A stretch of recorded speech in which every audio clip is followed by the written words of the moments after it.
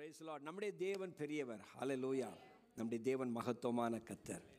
இன்னைக்கு காலை வேளையில் கர்த்தரை ஆராதிக்க தேவன் நமக்கு உதவி செய்தார். வானத்திலும் பூமியிலும் அவருடைய நாமமே அல்லாமல் வேறொரு நாமம் கொடுக்கப்படவில்லை. ரட்சிப்படைவதற்கு அவருடைய நாமம்தான் நமக்கு கொடுக்கப்பட்டிருக்கிற உன்னதமான ஒரு நாமம் இந்த பூமியில். ஹல்லேலூயா. எத்தனை பேர் அதை விசுவாசிக்கிறோம்? ஹல்லேலூயா, ஹல்லேலூயா. இப்போ இன்னைக்கு காலை வேளையில் நான் இந்த போன வாரம் முழுவதும் ஒரு விஷயத்தை நான் அதிகமாய் தியானித்து கொண்டே இருந்தேன். அதாவது ஆண்டவரை பின்பற்றுகிற மக்களுடைய வாழ்க்கையில் பிரச்சனைகள், விழுந்து போகிற நிலைமை, ஒரு சரியில்லாமல், அதாவது ஆண்டவருக்கு நேர்மையாக வாழக்கூடிய முடியாத ஒரு நிலையிலே நாம் திரும்ப ஏதாவது ஒரு சிக்கல்கள் போய் சிக்கிக்கொள்ளுகிறோம்.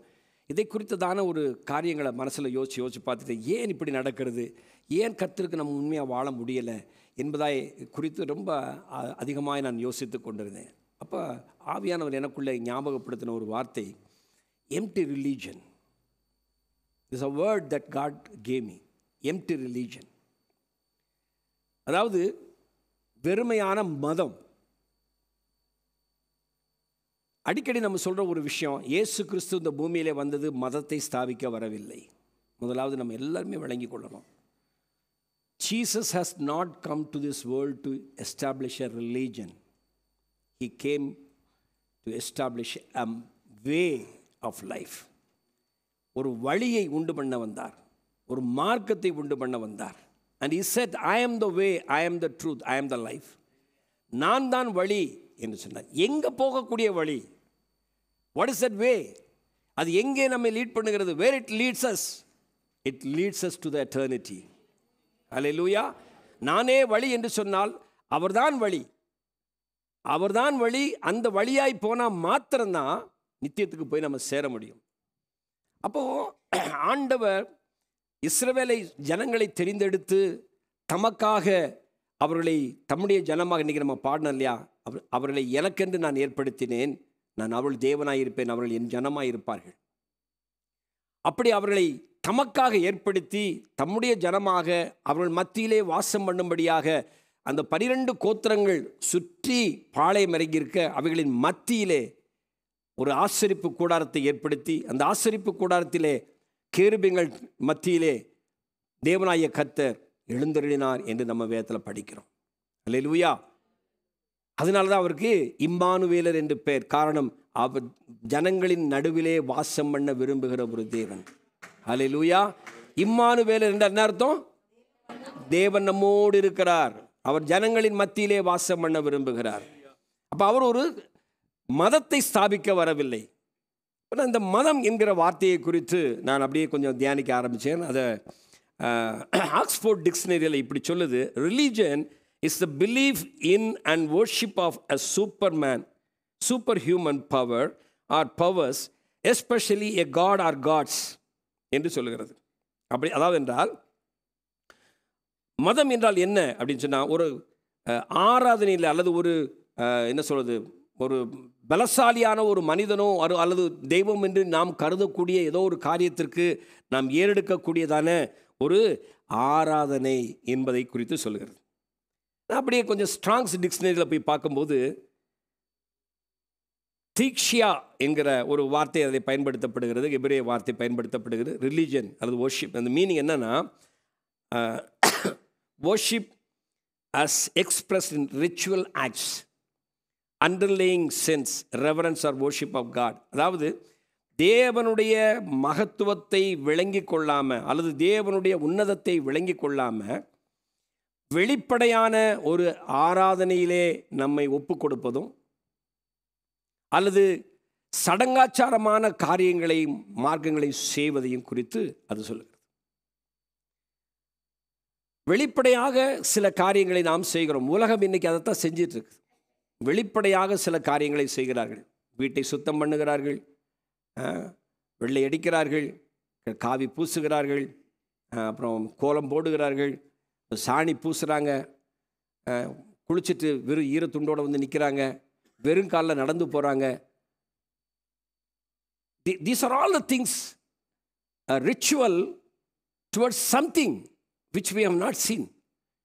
ஏதோ ஒன்று பார்க்காத ஒன்றுக்கு பின்னாடி ஒரு ரிச்சுவலாக, ஒரு ஒரு பாரம்பரியமாக செய்ய வேண்டும் என்கிற கடமைக்காக சில வேலைகள் நம்ம செய்து கொண்டே இருக்கிறோம்.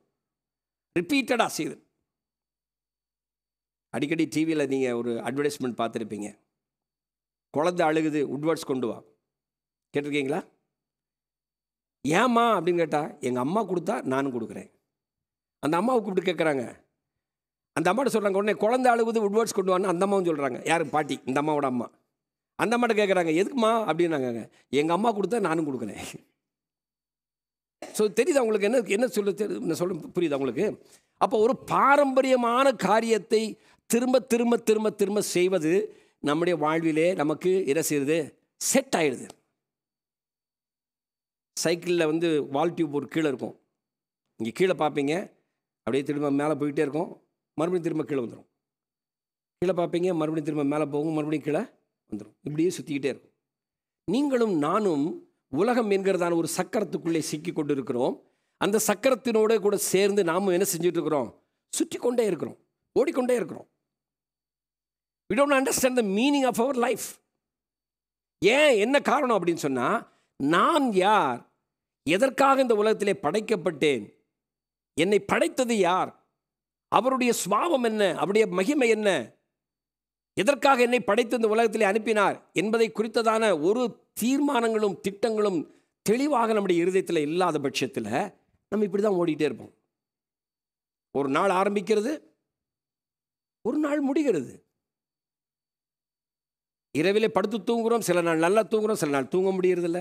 அடுத்த நாள் காலையில் எழுந்திரிச்ச உடனே நேற்று நல்லா தூங்கலை, அதனால் இன்றைக்கி நம்ம என்ன செய்ய போகிறோம் அப்படின்னு சொல்லி யோசிக்கிறோமா? மறுநாளுக்கு நம்ம என்ன ரொட்டீனாக என்ன வேலை செய்ய போகிறோமோ அந்த வேலையை செய்கிறோம். இன்றைக்கி ராத்திரி பார்த்து தூங்கிக்கலாம். அன்றைக்கி ராத்திரி தூங்க முடியலைன்னா மறுநாள் எழுந்திரிச்சு இன்றைக்கி ராத்திரி தூங்க முடியல, நேற்று ராத்திரி தூங்கலை, அதனால் இன்றைக்கி நான் பகலில் தூங்க போகிறேன் அப்படின்னு சொன்னால் வேலைக்காரங்க விடுவாங்களா? சம்பளம் கொடுக்குற என்ன செய்வாங்க? வேலைக்கு வான்னு சொல்லுவாங்க. ஸோ வேலைக்கு போயிடுறோம். ஸோ இது ஒரு ரொட்டீனாக ஓடிக்கொண்டே இருக்கிறது. அதே போல தான் நம்முடைய ஆவிக்குரிய வாழ்க்கையுமே ஒரு சக்கரத்தில் சிக்கி கொண்டு இருக்கிறது. இன்றைக்கு we don't realize we are a spiritual being and we are worshiping a God who is in spirit. ஆவியான ஒரு தேவனை நாம் கொண்டு இருக்கிறோம். அந்த ஆவியான தேவனை நாம் ஆவியிலே ஆராதிக்க வேண்டும் என்பதை ஆண்டவர் நமக்கு சொல்லிக் கொண்டு இருக்கிறார் என்பதை நம்ம மறந்து விடுகிறோம். யோவான் 4ஆம் அதிகாரத்தில் 23வது வசனத்தை நம்ம இப்படி படிக்கிறோம். பிதாவாகிய தேவன் எப்படிப்பட்டவர்களை தேடுகிறாராமா? ஆவியிலும் உண்மையிலும் தேடுகிறவர்கள்.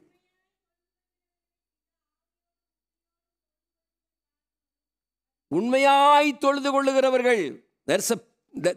That means there is a worship that is false. There is a true worship and there is a false worship. இப்போ இந்த false worship தான் empty religion என்று சொல்லுகிறேன். a true worship தான் spiritualism என்று சொல்லுகிறேன். விளங்கிக் கொள்ள நினைக்கிறேன். உண்மையாய் தொழுது கொள்ளுகிறவர்கள் பிதாவை ஆவியோடும் உண்மையோடும் தொழுது கொள்ளும் காலம் வரும். அது இப்பொழுது வந்திருக்கிறது. It is at right now, it's at hand. Praise the Lord. தம்மை தொழுது கொள்ளுகிறவர்கள், பிதாவை தொழுது கொள்ளுகிறவர்கள், ஆண்டவரை தொழுது கொள்ளுகிறவர்கள், இயேசுவை தொழுது கொள்ளுகிறவர்கள், இப்படிப்பட்டவர்களாக இருக்கும்படி பிதாவான விரும்புகிறார். Father is seeking such people to worship him. Who is that such people? The people, those who worship in spirit and in truth. ஆவியிலும் உண்மையிலும் தொழுது கொள்ளுகிறவர்கள். அப்போ there is something against this.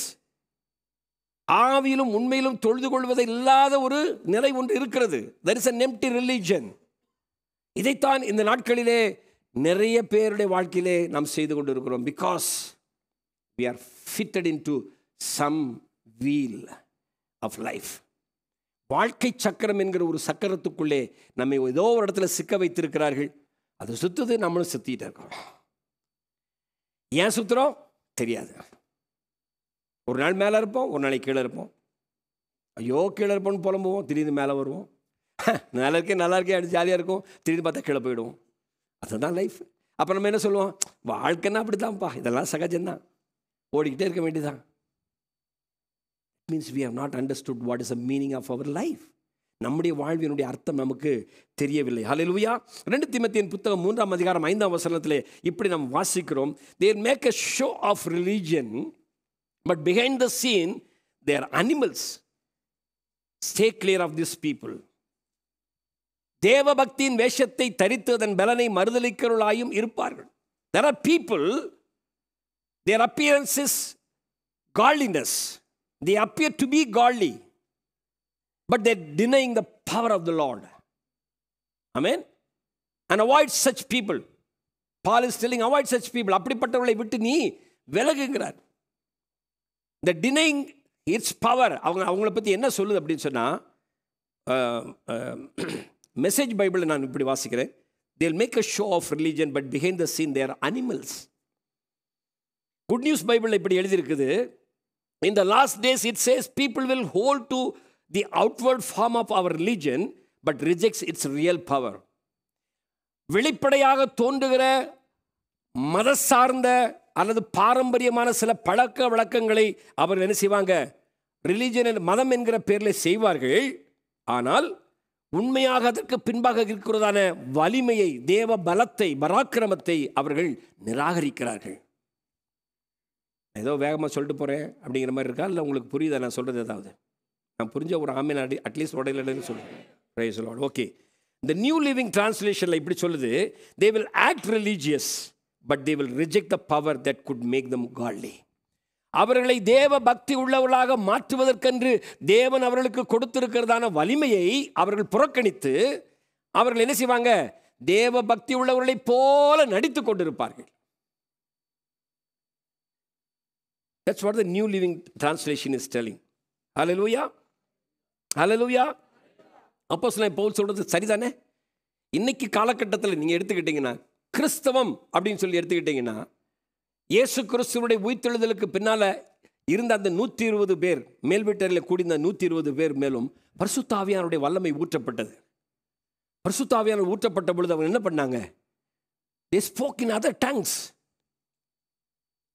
இன்னைக்கு there is a question in speaking in tongues.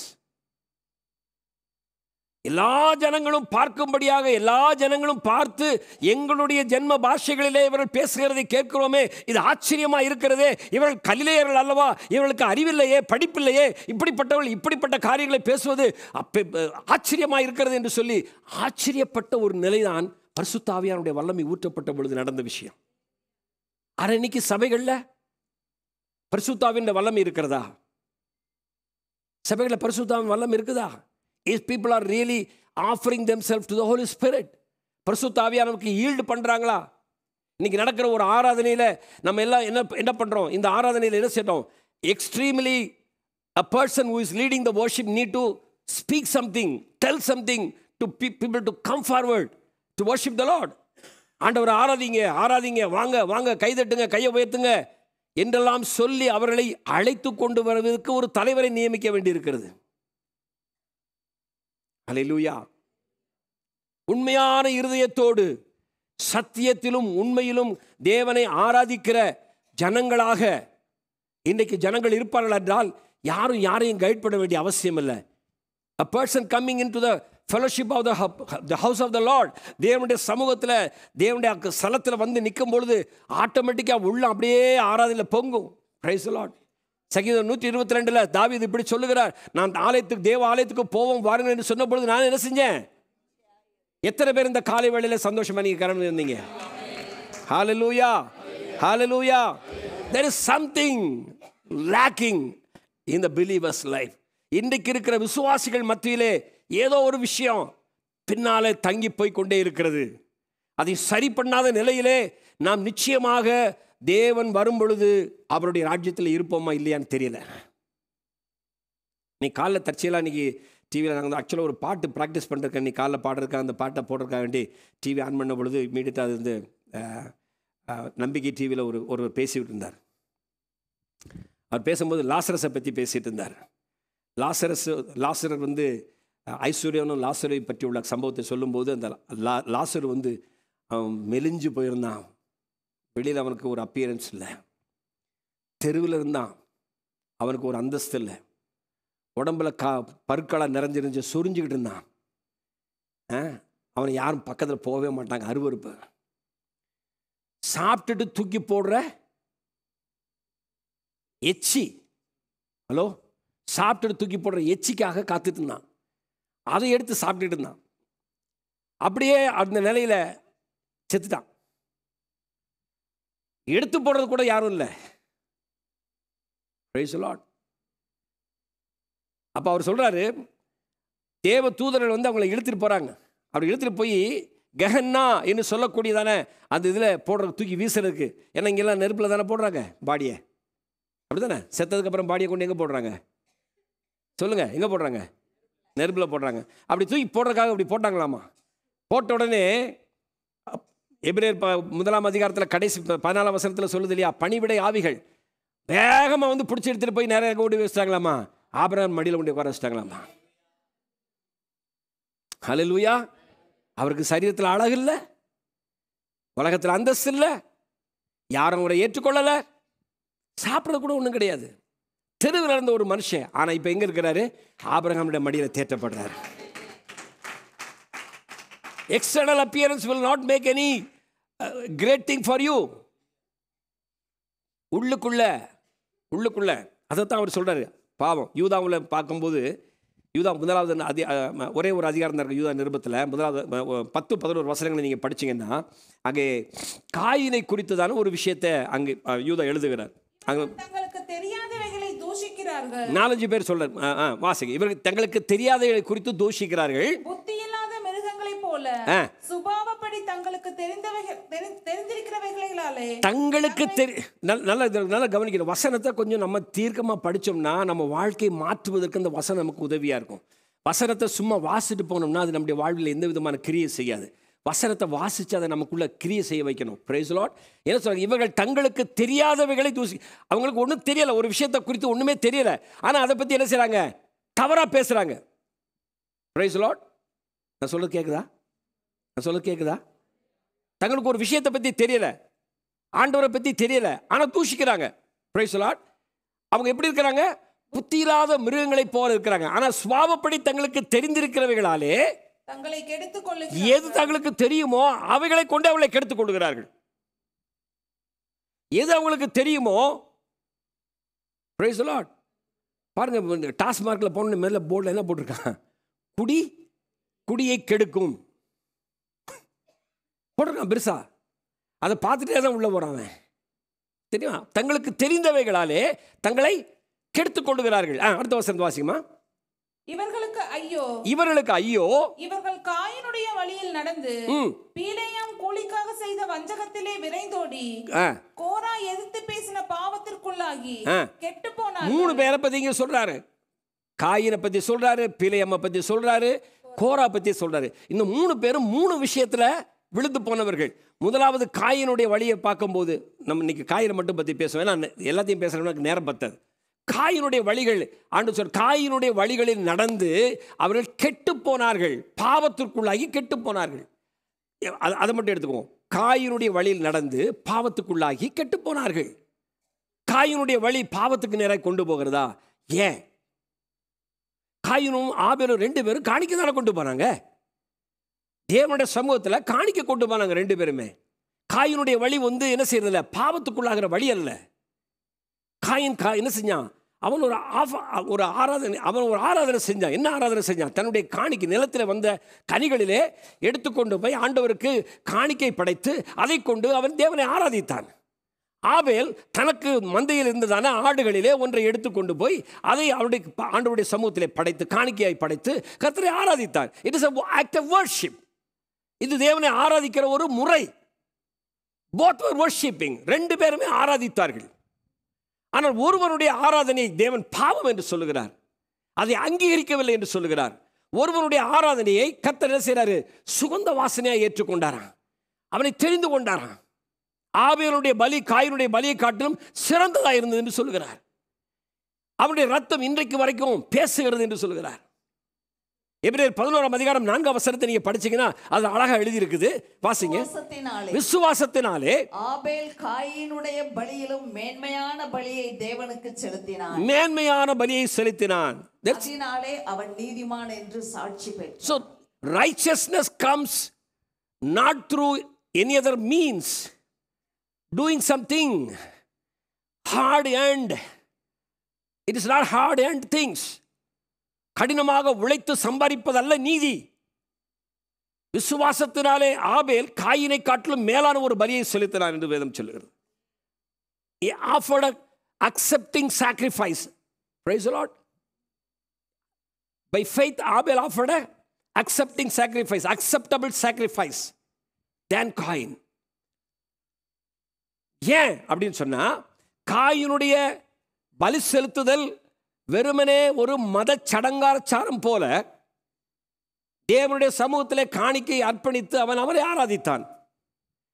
ஆனால் ஆபேலோ இருதயத்திலே அவரை விசுவாசித்து தேவன் இருக்கிறார் என்றும், அவர் எல்லாவற்றையும் சிருஷ்டித்தவர் என்றும், அவர் தன்னை உருவாக்கினவர் என்றும், அவருக்கு ஒரு காணிக்கை நான் கொண்டு போகும்போது அவருடைய மகத்துவத்தை நான் அறிவிக்கிறேன் என்கிறதான, அவரை மகிமைப்படுத்துகிறேன் என்ற உணர்வோடு கூட, அந்த உள்ளான அந்த எண்ணத்தோடு கூட, உள்ளான ஆராதனையோடு கூட அதை கொண்டு போய் படைத்தான்.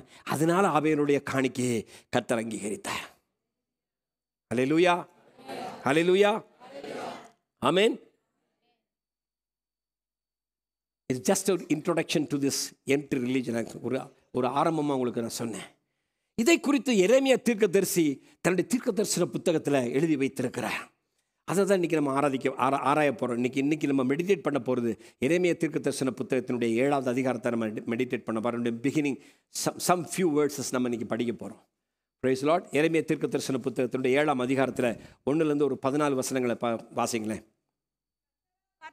எரேமியாவுக்கு உண்டான வசனம், நீ கர்த்தருடைய ஆலயத்தின் வாசலிலே நின்று அங்கே கூறி சொல்ல வேண்டிய வசனம் என்னவென்றால், கர்த்தரை பணிந்து கொள்ள இந்த வாசல்களுக்குள்ளே பிரவேசிக்கிற யூத ஜனங்களாகிய நீங்கள் எல்லாரும் கர்த்தருடைய வார்த்தையை கேளுங்கள். இஸ்ரவேலின் தேவனாகிய சேனைகளின் கர்த்தர் சொல்லுகிறார், உங்கள் வழிகளையும் உங்கள் கிரியைகளையும் சீர்படுத்துங்கள், அப்பொழுது உங்களை இந்த ஸ்தலத்திலே குடியிருக்க பண்ணுவேன். கர்த்தரின் ஆலயம் இதுவே என்று சொல்லி பொய் வார்த்தைகளை நம்பிக்கொள்ளாதிருங்கள். நீங்கள் உங்கள் வழிகளையும் உங்கள் கிரியைகளையும் நன்றாய் சீர்படுத்தி, நீங்கள் மனுஷனுக்கும் உள்ள வழக்கை நியாயம் தீர்த்து, பரதேசியையும் திக்கற்றவனையும் விதவையையும் ஒடுக்காமலும், குற்றமில்லாத இரத்தத்தை இந்த ஸ்தலத்திலே சிந்தாமலும், உங்களுக்கு கேடுண்டாக அந்நிய தேவர்களை பின்பற்றாமலும் இருப்பீர்களே ஆகில், அப்பொழுது நான் உங்கள் பிதாக்களுக்கு கொடுத்த தேசமாகிய இந்த ஸ்தலத்திலே உங்களை சதா காலமும் குடியிருக்க பண்ணுவேன். இதோ ஒன்றுக்கும் உதவாத பொய் வார்த்தைகளை நீங்கள் நம்புகிறீர்கள். நீங்கள் திருடி, கொலை செய்து, விபச்சாரம் பண்ணி, பொய்யானையிட்டு, பாகாலுக்கு தூபம் காட்டி, நீங்கள் அறியாத அந்நிய தேவர்களை பின்பற்றி, பிற்பாடு வந்து என் நாமம் தரிக்கப்பட்ட இந்த ஆலயத்திலே எனக்கு முன்பாக நின்று இந்த அருவருப்புகள் எல்லாம் செய்வதற்காக விடுதலை பெற்றிருக்கிறோம் என்று சொல்வீர்களோ? என் நாமம் தரிக்கப்பட்ட இந்த ஆலயம் உங்கள் பார்வைக்கு கல்லர் குகையாயிற்றோ? இதோ நானும் இதை கண்டேன் என்று கர்த்தர் சொல்லுகிறார். நான் முந்தி என் நாமம் விளங்க பண்ணின சீலோவில் உள்ள என் ஸ்தலத்துக்கு நீங்கள் போய் இஸ்ரவேல் ஜனத்தினுடைய பொல்லாப்பின் நிமித்தம் நான் அதற்கு செய்ததை பாருங்கள். நீங்கள் இந்த கிரியைகளை எல்லாம் செய்தீர்கள். நான் உங்களுக்கு ஏற்கனவே சொல்லி வந்திருந்தும் நீங்கள் கேளாமலும், நான் உங்களுக்கு கூப்பிட்டும் நீங்கள் உத்தரவு கொடாமலும் போனபடியினால், என் நாமம் தரிக்கப்பட்டதும் நீங்கள் நம்பிக்கொண்டிருக்கிறதுமான இந்த ஆலயத்துக்கும் உங்களுக்கும் உங்கள் பிதாக்களுக்கும் நான் கொடுத்த ஸ்தலத்துக்கும் நான் சீலோவாவுக்கு செய்தது போலவே செய்வேன். Praise the Lord. Hallelujah. கொஞ்சம் நீங்கள் வாசிக்கும் போது கொஞ்சம் உங்களுக்கு புரிஞ்சிருக்கும். நல்லா தீர்க்கமாக வாசிச்சிருந்தீங்கன்னா, வாசிக்கும் போது கொஞ்சம் கவனம் செலுத்தியிருந்தீங்கன்னா உங்களுக்கு விளங்கியிருக்கும். இல்லைன்னா இது என்ன செய்யுது, இதுவும் ஒரு ரிச்சுவல் மாதிரி இருந்தோம். இன்றைக்கி நிறைய நேரங்களில் வேதம் வாசிக்கிறது கூட ஒரு ரிச்சுவல் ஆயிடுச்சு இல்லையா? பார்த்திங்கன்னா 5 முறை தொழுகை நடத்துவாங்க, பார்த்துருக்கீங்களா? அது ஒரு ரிச்சுவல். அவங்க எங்கே இருந்தாலும் எந்த இடத்துல இருந்தாலும் என்ன செய்வாங்க, அவங்க இடத்த பார்க்க மாட்டாங்க, சூழ்நிலை பார்க்க மாட்டாங்க, யார் பக்கத்தில் இருக்கான்னு பார்க்க மாட்டாங்க, போட்டு டக்குன்னு ஒரு துண்டை கீழே போட்டு அவங்க என்ன செய்வாங்க, வொர்ஷிப் பண்ணுவாங்க. அதில் உண்மையாக ஆராதிக்கிறவங்க இருக்கிறாங்க, அதை சடங்காச்சாரமாக செய்கிறவங்களும் இருக்கிறாங்க. அதுபோல் இன்றைக்கி எரேமியா இந்த நாட்களிலே இதை குறித்து சொல்லுது. இது யோயாக்கீமுடைய நாட்களிலே கிட்டத்தட்ட கிறிஸ்து பிறப்பதற்கு 608 வருஷங்களுக்கு முன்னால் நடந்த ஒரு சம்பவம் தான் இந்த சம்பவம். Price the Lord. நடந்த சம்பவம்.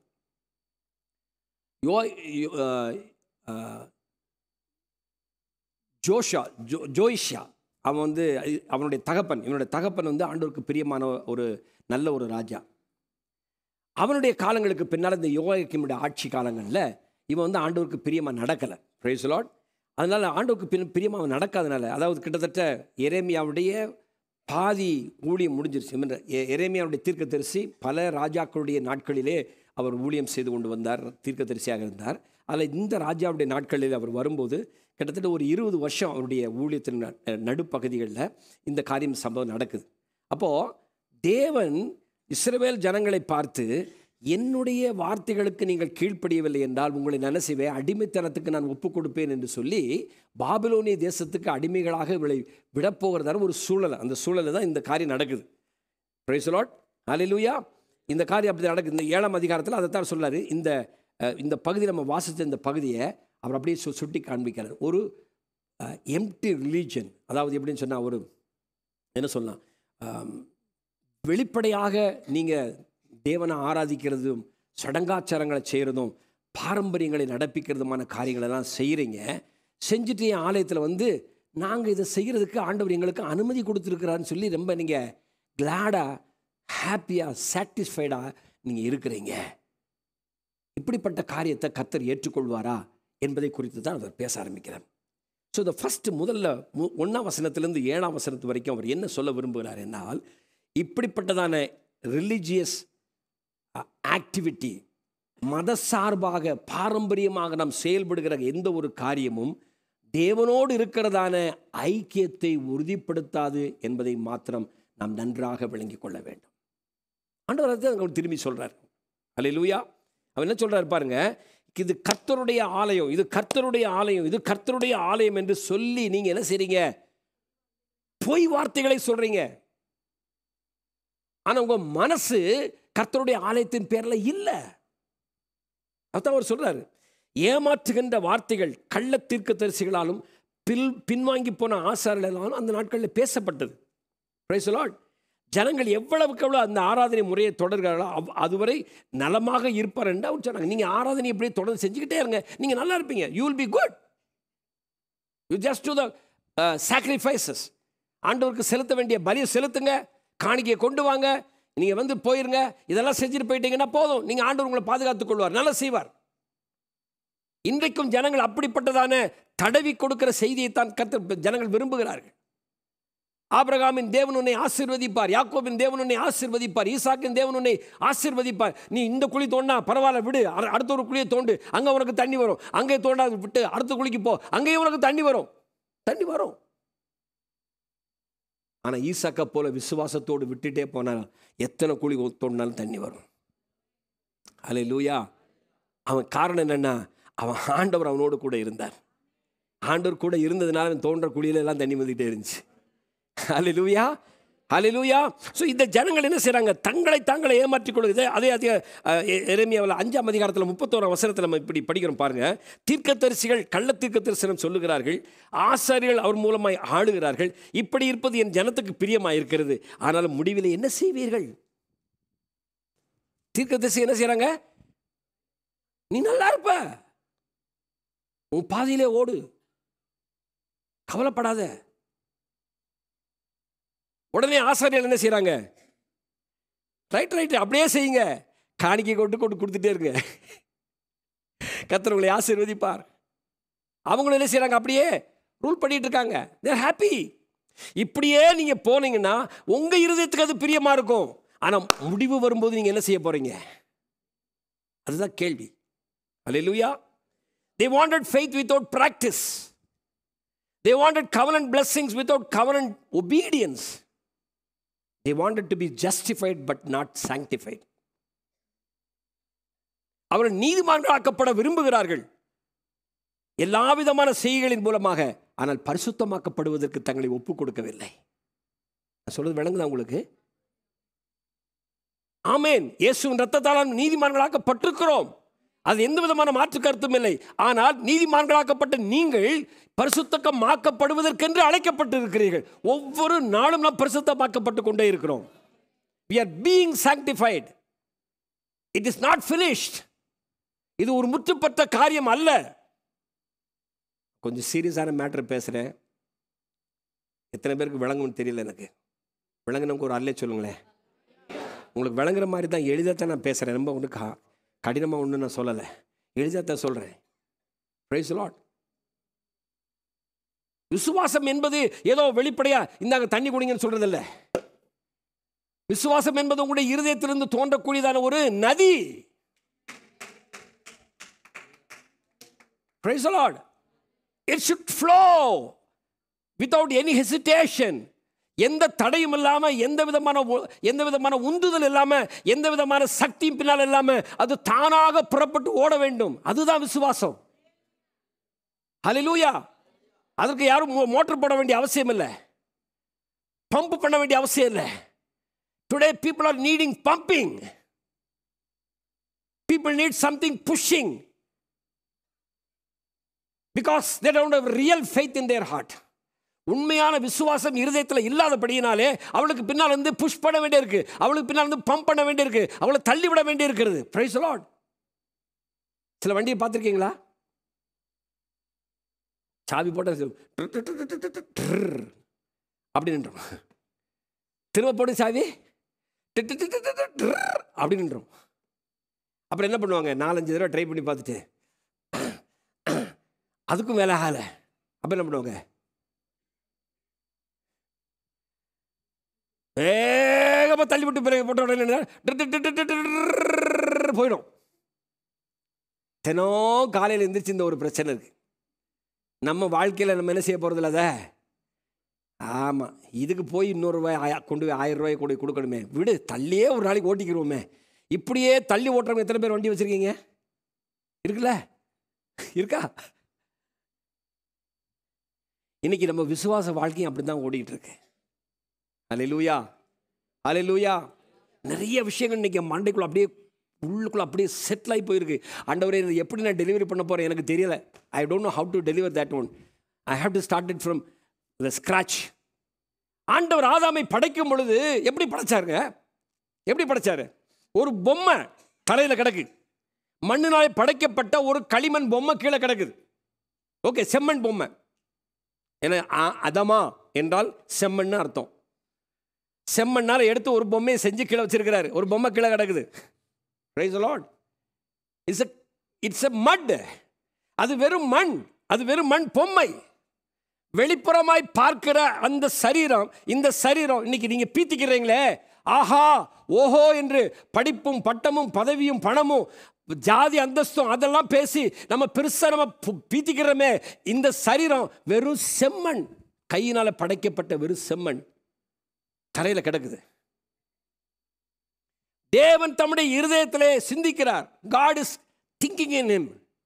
What is saying? Let us make man in our image. Then man is created inside of him. God is a spirit. Praise the Lord. தேவன் ஆவியாக இருக்கிறார், அவருக்குள்ளே மனிதன் ஆவியாக உருவாகிறார். And then God breathed that one. The man who created inside of God being breathed inside this mud. இந்த மண்ணுக்குள்ளே மனிதனை உருவாக்குவோமாக என்று சொல்லும் பொழுது ஆவியிலே உருவான இந்த மனிதன் தேவனுடைய சுவாசத்தின் மூலமாக இந்த மண்ணுக்குள்ளே, மண்ணாகிய சரீரத்துக்குள்ளே உள்ளே புகுந்த உடனே அவன் எழுந்து நிற்கிறான். அவன் ஜீவாத்மாவாக இருக்கிறான்.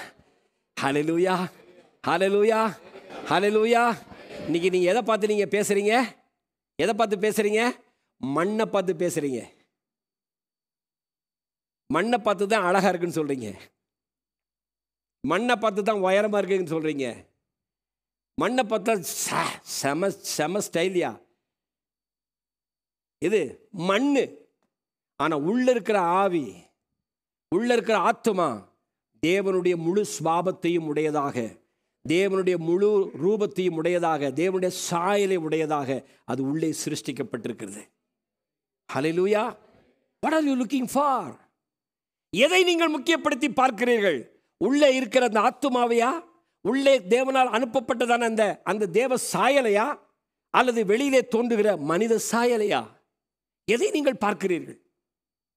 எதற்கு பின்னால் உங்கள் வாழ்க்கை ஓடுகிறது இன்றைக்கு? ஆமென், ஹல்லேலூயா. எதுக்கு பின்னால் ஓடுது? வெளியிலே காணப்படுகிறதான இந்த சரீரமாகிய சாயல், இதைத்தான் நம்ம பார்க்குறோம். கண்களினால் பார்த்து பார்த்து தான் நம்ம வாழ்க்கையை நடத்துகிறோம். ஆமென், ஹல்லேலூயா. சொல்ல பாருங்க, நமக்கு எல்லாருக்கும் நமக்கு தெரிஞ்ச வசனம், யாக்கோபு நிருபத்தினுடைய 1 அதிகாரம் 22 வசனத்திலிருந்து 24 வசனத்து வரைக்கும் சொல்கிறாரு, தேவனுடைய வார்த்தையை நீங்கள் உங்களை வஞ்சியாதபடிக்கு திருவசனத்தை கேட்கிறவளாய் மாத்திரமல்ல அதன்படி செய்கிறவளாயும் இருங்கள். எண்ணத்தினால் ஒருவன் திருவசனத்தை கேட்டும் அதன்படி செய்யாதவனானால் கண்ணாடியிலே தன் சுபாவ முகத்தை பார்க்கிற மனுஷனுக்கு ஒப்பாயிருப்பான். அவன் தன்னைத்தானே பார்த்து அவிடமிட்டு போனவுடன் தன் தாய் இல்லது என்பதை அவன் மறந்து விடுவான். கண்ணாடியில் பார்க்கும்போது தெரியுது, what is that, what you are seeing. அங்கே போனதுக்கப்புறம் உங்கள் சாயலையும் உங்களால் பார்க்க முடியல. இப்போ என் தலை எப்படி இருக்குன்னு எனக்கு தெரியாது, என் முகம் எப்படி இருக்குன்னு எனக்கு தெரியாது. நீங்களா பார்த்து என்ன பாஸ்டர் இன்றைக்கி தலை சீவாக வந்திருக்காரு அப்படின்னு நீங்கள் கேட்டிங்கன்னா தான் ஒரு மாதிரி பார்ப்பீங்க. இன்னமும் ஒரு மாதிரி பார்க்குறாங்களே அப்படின்னு சொல்லிட்டு போய் கண்ணாடியில் பார்த்தேன்னா, ஐயோ தலை சீவாக வந்துட்டேன்னா வேகமாக ஓடி போய் தலை செய்வேன் இல்லை. அப்புறம் திரும்பி வந்ததுக்கப்புறம் இப்போ என் தலை எப்படி இருக்குன்னு எனக்கு தெரியுமா? தெரியாது. நீங்கள் யாராவது பார்த்தா சொல்லணும். அப்படி தான் இருக்குது நம்முடைய வாழ்க்கை. 26, 27 வசனம் சொல்கிறது, உங்களில் ஒருவன் தன் நாவை அடக்காமல் தன் இருதயத்தை வஞ்சித்து தன்னை தேவ பக்தி உள்ளவன் என்று எண்ணினால் அவனுடைய தேவ பக்தி வீணாயிருக்கும். திக்கற்ற பிள்ளைகளுக்கும் விதைவிடும் படுகிற உபத்திரவத்திலே அவளை விசாரிக்கிறதும் உலகத்தால் கரைபடாதபடிக்கு தன்னை காத்துக்கொள்ளுகிறதுமே பிதாவாகிய தேவனுக்கு முன்பாக மாசில்லாத சுத்தமான பக்தியாயிருக்கிறது. ஹல்லேலூயா. அப்போ 2 காரியத்தை பற்றி பேசுகிறாரு. ஒன்று வசனத்தை கேட்கிறவர்கள், இன்னொன்று வசனத்தின்படி செய்கிறவர்கள். இங்கே அடுத்ததில் சொல்றாரு, ஒன்று தன்னுடைய இருதயத்தை வஞ்சிக்கிறவர்கள், தேவ பக்தி உள்ளவன் என்று எண்ணிக்கொண்டு தங்களுடைய இருதயத்தை வஞ்சிக்கிறவர்கள், இன்னொருத்தங்க உலகத்தில் கரைபடாமல் தங்களை காத்துக்கொண்டு தேவனுக்காக மாசில்லாத நிலைமையிலே பக்தியாய் வாழ்கிறவர்கள். இன்னைக்கு நான் கேட்கிறேன், வலதுபுறமா இடதுபுறமா? எந்த கூட்டத்தில் இருக்க விரும்புறீங்க? ஆமென். என்னுடைய தாற்பயம் உங்களுக்கு புரியுதா? அப்போ இந்த மண், செம்மண்ணாகிய இந்த சரீரம் பார்ப்பதற்கு அழகாக இருக்கிறது, பெரிதாக இருக்கிறது, நன்றாக இருக்கிறது, உயர்ந்ததாக இருக்கிறது, சூப்பராக இருக்குது. ஆனால் உள்ளுக்குள்ள ஜீவன் இல்லை. அந்த ஜீவன் இல்லாத அந்த சரீரத்தை பார்த்து நீங்கள் என்ன சொல்லுகிறீர்கள்? அதையே ஜீவன் இல்லாத சரீரத்தை பார்த்து என்னன்னு சொல்றீங்க? அட சொல்லுங்கள வாயை திறந்து.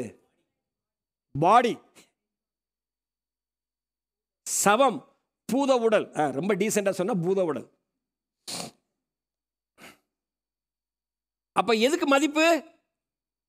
உள்ள இருக்கிற ஆவிக்கும் ஆத்மாவுக்கும் தான் மதிப்பு. அது வெளியே வந்துருச்சுன்னா இது என்ன இருக்குது? வெறும் மண்ணு.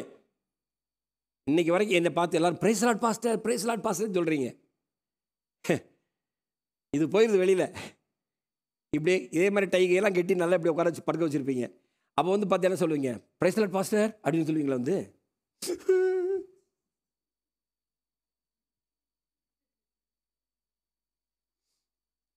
அவ்வளோதான், அவ்வளோதான். It has to be cast into the mud. மண்ணுக்குள்ளே போடப்பட வேண்டிய ஒன்று. இன்னைக்கு அதுக்கு தான் நம்முடைய முக்கியத்துவத்தை நம்ம காண்பிக்கிறோம். உள்ள இருக்கிறதான ஆத்மாவை பற்றி ஏதாவது கவலை நமக்கு இருக்கா? பாரம் இருக்கா? Come on, come on, price the Lord. ஒரு நாள் ரட்சிப்பென்கிற நீதியை பெற்றுக்கொண்டால் எல்லாமே முடிந்து விட்டதுன்னு நினைக்காதீங்க. ரட்சிப்பினுடைய அடுத்த ஸ்டெப்பு தான் என்ன தெரியுமா? சாங்டிஃபிகேஷன். நீதியினுடைய அடுத்த ஸ்டெப் என்ன? வெறுமனே நீதிமானாய் மாற்றுறது மட்டுமல்ல, நீதிமானாய் இருந்து தேவ பக்தி உள்ளவனாக தொடர்ச்சியாக நம்ம தேவ பக்தியோடு கூட வாழ வேண்டும். அதற்காகவே சபையில் 5 விதமான ஊழியத்தாண்டவர் கொடுத்திருக்கிறார். சபை என்கிறதை கொடுத்திருக்கிறார். ஹல்லேலூயா. இன்னைக்கு நம்ம பாடணும், ஒரு பாட்டு பாடணும்.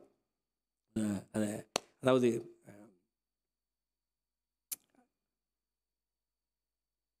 இந்த பாட்டு கரெக்டாக ஞாபகம் வர மாட்டேங்குது. ஓகே, அது போட்டு நான் அதில் நினச்சேன் சொன்னால் அப்புறம் மாற்றி என்னுடைய டாப்பிக்கை விட்டுருவேன். Price the Lord.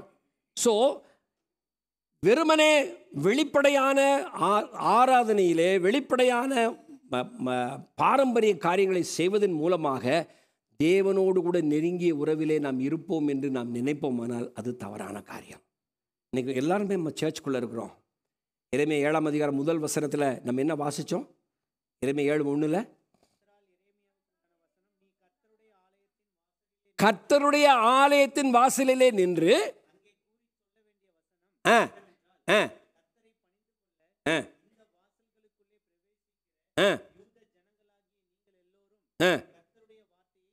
கேளுங்கள், உங்கள் வழிகளையும் உங்கள் கிரியைகளையும் சீர்படுத்துங்கள். இப்போ நான் வந்து யோசிச்சு பாருங்க, காலையில் நீங்கள் எல்லாம் வர்றீங்க, கோர்ஸ் 1 by 1 வருவீங்க, 9லேருந்து 9 வரைக்கும் வருவீங்க, 9:45 வரைக்கும் வருவீங்க. அது வரைக்கும் நான் வாசற்படியில் டோர் கீப்பர் மாதிரி அங்கே நின்று பைபிளை கையில் வச்சுக்கிட்டு கர்த்தருடைய வார்த்தை உங்களுக்கு வருகிறது, கர்த்தருடைய வார்த்தை உங்களுக்கு வருதுன்னா புல்பிட்டுக்காக வர முடியாது. நீங்கள் எல்லாருமே கரெக்டாக ஒரு 9 மணிக்கு வரீங்கன்னு வச்சுக்கோங்களேன். வாசல் நின்று உங்களை பார்த்து சொல்கிறேன், கர்த்தருடைய வார்த்தையை கேளுங்கள். உங்களெலாம் ஒழுங்கா இல்லை, நீங்கள்லாம் ஆண்டவர் சொல்கிறாரு பொய்யை நம்பிக்கொண்டு அலையிறீர்கள் என்று சொல்லி வாசப்படி நான் சொன்னேன். உங்களுக்கு எப்படி இருக்கும் யோசிச்சு பாருங்கள். அந்த கேட்டில் நின்றுட்டு நான் உங்களை பார்த்து சொல்கிறேன், if I am standing at the doorway and I'm shouting, come on, realize yourself, God is speaking that you are going astray from God. கர்த்தரை விட்டு நீங்கள் தூரமாக போகிறீங்க, பொய்யை நம்புறீங்க, ஆண்டவர் சொல்கிறார் அப்படின்னு உங்களுக்கு சொன்ன என்ன நினைப்பீங்க? அதை தான் அன்றைக்கி விளைஞ்சார், எரேமியா செஞ்சார். அல்லேலூயா. Where is standing? கர்த்தருடைய ஆலயத்தினுடைய வாசலில் நின்று கொண்டு இதை சொல்லுகிறார். அல்லேலூயா. என்ன சொல்கிறார் அப்படின்னா, உங்களுடைய இருதயம் அவருக்கு நேராய் திரும்பட்டும். அல்லேலூயா. ஓகே. செகண்ட் வேர்ட் பார்த்தீங்கன்னா 8ஆம் வசனத்துலேருந்து 11ஆம் வசனத்து வரைக்கும் நம்ம பார்க்குறோம், being religious doesn't fool God. ஆண்டவரை ஏமாத்தாது. நீங்கள் பக்தியோ போல நீங்கள் நடச்சிங்கன்னா ஆண்டவரை ஏமாற்ற முடியாது, அவரை முட்டாளாக்க முடியாது. அவருடைய ஞானத்துக்கு அளவே இல்லை. ஹல்லேலூயா, ஹல்லேலூயா. யாருடைய கண்களுக்கு வேணாலும் நம்ம மறைத்துக் கொள்ளலாமா? அவருடைய கண்களுக்கு மறைக்க முடியும். தாவீது சொன்னான், ஆண்டவரே நான் பாதாளத்தில் படுக்கை போட்டாலும் அங்கேயும் நிற்கிறேன். நான் ரொம்ப வேகமாக மேலே ஏறி போயிட்டேன், யாரும் பார்க்க மாட்டாங்கன்னு நினச்சேன், அங்கே பார்த்தா அங்கேயும் இருக்கீங்க. நான் கண்களுக்கு மறைந்து எங்கே போவேன் என்று கேட்கிறான். ஹல்லேலூயா, ஹல்லேலூயா. வாசிக்கலாம், 8ஆம் வசனத்தை வாசிக்கலாம். ஒன்றுக்கும் உதவாத பொய் வார்த்தைகளை நீங்கள் நம்புகிறீர்கள். நீங்கள் திருடி, கொலை செய்து, விபச்சாரம் பண்ணி, பொய்யானையிட்டு, பாகாலுக்கு தூபம் காட்டி, நீங்கள் அறியாத அந்நிய தேவர்களை பின்பற்றி, பிற்பாடு வந்து என் நாமம் தரிக்கப்பட்ட இந்த ஆலயத்திலே எனக்கு முன்பாக நின்று இந்த அருவருப்புகளை எல்லாம் செய்வதற்காக விடுதலை பெற்றிருக்கிறோம் என்று சொல்லுவீர்களோ? ஞாயிற்றுக்கிழமை காலையில வந்து ஆண்டவரை ஆராதிச்சு, கைகளை உயர்த்தி, கைகளை தட்டி, ஆவியில நிறைஞ்சு ஆண்டவரை ஆராதிச்சு, மகிமையா கர்த்தரை பாடி எல்லாம் செஞ்சுட்டு திங்கட்கிழமை சனிக்கிழமை வரைக்கும் நீங்க என்ன பண்றீங்க? You are doing your own. கர்த்தருடைய பிரமாணத்துக்கு அடுத்த எந்த ஒரு காரியம் உங்க மனதில் இல்லை. உங்க சொந்த இஷ்டப்படி உங்க காரியங்களை நீங்க செய்றீங்க. அதான் அது சொல்லுது. இதோ ஒன்றுக்கும் உதவாத பொய் வார்த்தைகளை நீங்க என்ன செய்றீங்க? நம்புறீங்க. எப்படி நம்புறீங்க? அடுத்த வசனம் சொல்லுது, நீங்கள் திருடி, சாரி என் நாமம் தரிக்கப்பட்ட இந்த ஆலயம் உங்கள் பார்வைக்கு கள்ளர் குகையாயிற்றோ? நீங்கள் சொல்கிறீங்க இந்த அருவருப்புகளை செய்வதற்கு நம்ம விடுதலை பெற்றிருக்கிறோம் என்று சொல்கிறீங்க. இந்த அருவருப்புகளை செய்வதற்கு நாங்கள் என்ன செஞ்சுருக்கிறோம்? விடுதலை பெற்றிருக்கிறோம் என்று நீங்கள் நினைக்கிறீங்களா? 10ஆம் வசனம் சொல்லுகிறது, பிற்பாடு வந்து என் நாமம் தரிக்கப்பட்ட இந்த ஆலயத்திலே எனக்கு முன்பாக நின்று இந்த அருவருப்புகளை எல்லாம் செய்வதற்காக விடுதலை பெற்றிருக்கிறோம் என்று சொல்லுவீர்களோ? என் நாமம் தரிக்கப்பட்ட இந்த ஆலயம் உங்கள் பார்வைக்கு கள்ளர் குகையாயிற்றோ? Price the Lord. என் நாமம் தரிக்கப்பட்ட இந்த ஆலயம் உங்களுக்கு கள்ளர் குகையாயிற்றோ? பிரைஸ் தி லார்ட், ஹல்லேலூயா. ஆண்டவர் சொல்றாரு, நீங்க செய்யறதெல்லாம் செஞ்சுட்டு ஞாயிற்றுக்கிழமை காலையில் வந்து ரொம்ப பரிசுத்தமா இந்த மாதிரி வெள்ளை ட்ரெஸ்ஸை போட்டு, நான் வெள்ளை சட்டை போட்டு வந்திருக்கேன், நான் பரிசுத்தமா.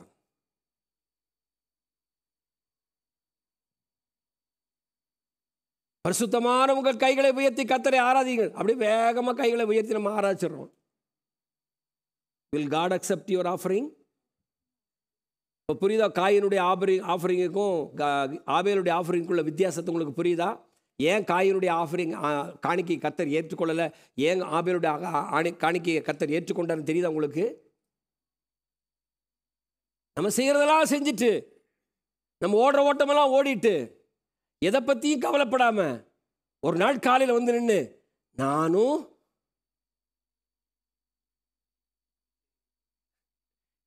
ஆலயத்தில் வந்திருக்கேன், நானும் விசுவாசி தான், நானும் இந்த சபையோட விசுவாசி தான் என்று கைகளை உயர்த்தி ஆண்டவரை ஆராதிச்சிங்கன்னா, ஆண்டவர் சொல்கிறாரு, அது எனக்கு தகுமா? உங்கள் பாஸ்டருக்கு வேணா அது சரியாக இருக்கலாம். ஐயோ என் பிள்ளை வந்துருச்சு. அங்கே கண்ணை தட்டுப்படுதா? இருக்கு. எங்கே காணோம்? இப்போதான் கண்ணில் பார்த்தேன், அதுக்குள்ளே காணோம். இங்கே போயிட்டாரா? வருவாரா? காலங்கள் தோறும் எங்கும் இருக்கிற மனுக்குலத்தின் பெரும் பகுதியினரை பொறுத்தவரைக்கும் இது உண்மை. எது உண்மை? வெளிப்படையாக சில காரியங்களை செய்கிறத மக்கள் பார்க்க காரியங்களை செய்கிறதும், இங்கே வந்து அதுக்கப்புறம் ஆண்டவருடைய சமூகத்தில் வந்து நின்று பக்தியான வேஷத்தை தரித்து கொள்ளுறதும் இந்த உலகத்துக்கு இது உண்மைதான். தாங்கள் விரும்புகிற காரியங்களை செய்வதற்காக ஏமாற்று வார்த்தைகளை பொதுவாக ஜனங்கள் என்ன செய்கிறாங்க? தெரிந்து கொள்ளுகிறார்கள். யோவான் சுவிசேஷத்தில் ஆண்டவர் இயேசு சென்ற 3ஆம் அதிகாரத்தில் வாசிக்கலாம். 19-20 வசனங்களை வாசிங்க. யோவான் 3ஆம் அதிகாரம் 19-20 வசனத்தை வாசிங்க.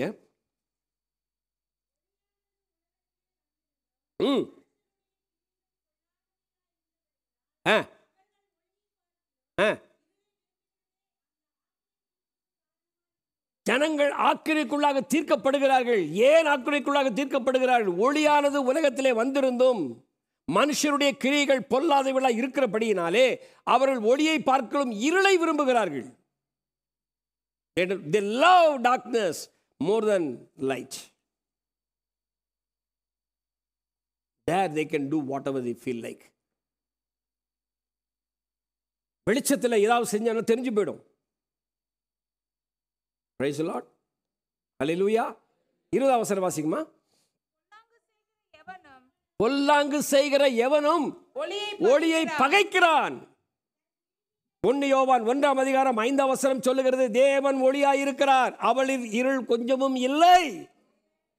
பொல்லாங்கு செய்கிற எவனும் ஒளியை பகைக்கிறான் என்றால் பொல்லாங்கு செய்கிற எவனும் தேவனை பகைக்கிறான். தன் கிரியைகள் கண்டிக்கப்படாதபடிக்கு ஒளியினிடத்திற்கு வராதிருக்கிறான். ஹல்லேலூயா. 2 தெசலோனிக்கேயர் புத்தகம் 2ஆம் அதிகாரம் 10, 11, 12 வசனங்களை வாசிக்கலாம். 2 தெசலோனிக்கேயர் புத்தகம் 10ஆம் அதிகாரம் 2ஆம் அதிகாரம் 10, 11, 12 சீக்கிரம் எடுத்து வாசிங்க. சகலவித வஞ்சகத்தோடு இருக்கும் ரட்சிக்கப்படத்தக்கதாய் சத்தியத்திலுள்ள அன்பை அவர்கள் அங்கீகரியாமல் போனபடியால் அப்படி நடக்கும். கெட்டு போகிறவர்களுக்குள்ளே நம்ம மாத்திட்டதுக்குள்ள கெட்டு போகிறவர்களுக்குள்ளே அநீதியினால் உண்டாகும் சகலவித வஞ்சகத்தோடும் இருக்கும் ரட்சிக்கப்படத்தக்கதாய் சத்தியத்தின் மேலுள்ள அன்பை அவர்கள் என்ன செய்யாங்க? ஏற்றுக்கொள்ளவில்லை. ஆமென். வெளிப்படையான தோற்றத்திற்கு அவர்கள் முக்கியத்துவம் கொடுக்கிறார்கள். உள்ளுக்குள்ளே சத்தியம் உங்க இருதயத்தில் கிரியை செய்யறதுக்கு உங்களுக்கு இடமே இல்லை. They don't accept that one. And with all wicked deception for those who are perishing, அழிந்து போகிறவர்கள், because they refuse to love the truth and so be saved. சத்தியத்தை நேசிக்கிறதுனாலே காக்கப்பட முடியும். நீங்க சத்தியத்தை நேசிச்சீங்கன்னா, சத்தியத்தை ஏற்றுக்கொண்டீங்கன்னா, அதன்படி நடந்தீங்கன்னா நீங்க ரட்சிக்கப்படுவீங்க. நீங்க அதை ஏற்றுக்கொள்ளவில்லை என்றால் என்ன செய்வீங்க? அழிந்து போவீர்கள், புறக்கணிக்கப்படுவீர்கள். அதை அங்கீகரியாமல் போடபடினாலே அது அப்படியே நடக்கும். அல்லேலூயா, அல்லேலூயா. அடுத்த வசனம் வாசிக்கிறோம்.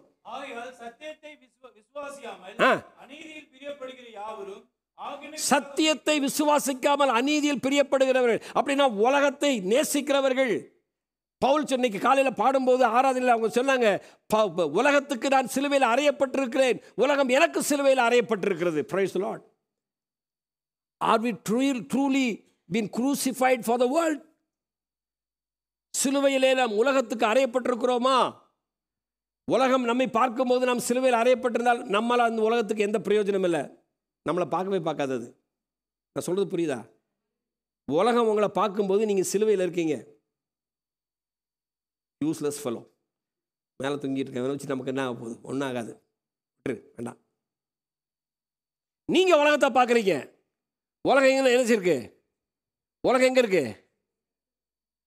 பப்ளிக்காக, பியூட்டிஃபுல்லாக, அழகா, பூந்தோட்டம், புல்தரை, ஃபவுண்டன். என்ன பண்ணுவீங்க? உலகத்தை நீங்கள் பார்க்கும்போது அப்படி தெரிஞ்சு என்ன பண்ணுவீங்க? வேகமாக அங்கே தான் ஓடுவீங்க. அப்படி தானே? உங்களுக்கு உலகம் எப்படி இருக்கணும்? சிலுவையில் அறையப்பட்டிருக்கணும். நீங்க பார்க்கும்போது சொல்லணும், யூஸ்லெஸ், இதால எனக்கு எந்த பிரயோஜனம் கிடையாது, let me run away from this. ஹல்லேலூயா. அதைத்தான் பவுல் சொன்னார். நான் உலகத்துக்கு சிலுவையில் அறையப்பட்டிருக்கிறேன், உலகம் எனக்கு சிலுவையில் அறையப்பட்டிருக்கிறது. அதை விசுவாசிக்கிறவன் தான் காக்கப்படுவான். ஆமென். அடுத்த வசனத்தை வாசிங்க. 12ஆம் வசனம். அவள் பொய்யை விசுவாசிக்கத்தக்கதாக, ஆமா, இப்படியெல்லாம் நடந்தாங்கன்னா, இப்படியெல்லாம் நீங்க தொடர்ந்து நீங்க நடந்துகிட்டே இருந்தீங்கன்னா பொய்யை விசுவாசிக்கத்தக்கதாக தேவன் என்ன செய்வாராமா? வஞ்சகத்துக்குள்ளே உங்களை அனுப்பிவிடுவார். He will send you. He will grant a place for you. கம்ஃபர்டபுளாக போய் இருந்துக்கம்மாக்கா, இந்த பக்கம் எட்டி பார்க்க வேண்டாம். எதுக்கு உனக்கு பிரச்சனை? சும்மா சும்மா ஒரு ஞாயிற்றுக்கிழமை இங்கே வந்து எட்டி பார்த்து அதை வேறு நேரத்தை வீணாக்கியிருக்கேன். அங்கேயே இருந்து செட்டில் ஆகிக்கும். செட்டில் ஆக்கி விட்டுருவார் ஆண்டவர். அதுக்கப்புறம் இங்கே என்ன செய்யுது? அவருக்கும் நமக்கும் என்ன இருக்காது? சம்பந்தம் இருக்காது. ஹல்லேலூயா. You can't fool around God. You can't fool around God. You can't fool around the truth. Truth will establish itself. I mean, சத்தியம் தன்னை நிலைநிறுத்திக் கொள்ளும். சத்தியத்துக்கு முன்னால் நீங்கள் உங்கள் ஏமாத்து வேலையெல்லாம் என்ன செய்யுது? நடக்காது. தேவன் பரிசுத்தம் உள்ளவர், அண்ட சராசரங்களை படைத்தவர், சகல அதிகாரமுடைய தேவன். அவருக்கு முன்னால் நம்ம ஃபூல் பண்ண முடியாது. தேவனை முட்டாளாக்க நீங்கள் நினச்சிங்கன்னா நீங்கள் தான் முட்டாள. தயவுசெய்து அவரை முட்டாளாக்கிறதுக்கு ட்ரை பண்ணாதீங்க. அதுதான் அந்த வசனம் சொல்லிக் கொடுக்குது. வாழ்க்கையெல்லாம் நீங்கள் என்ன வேணும் படுவீங்களாமா?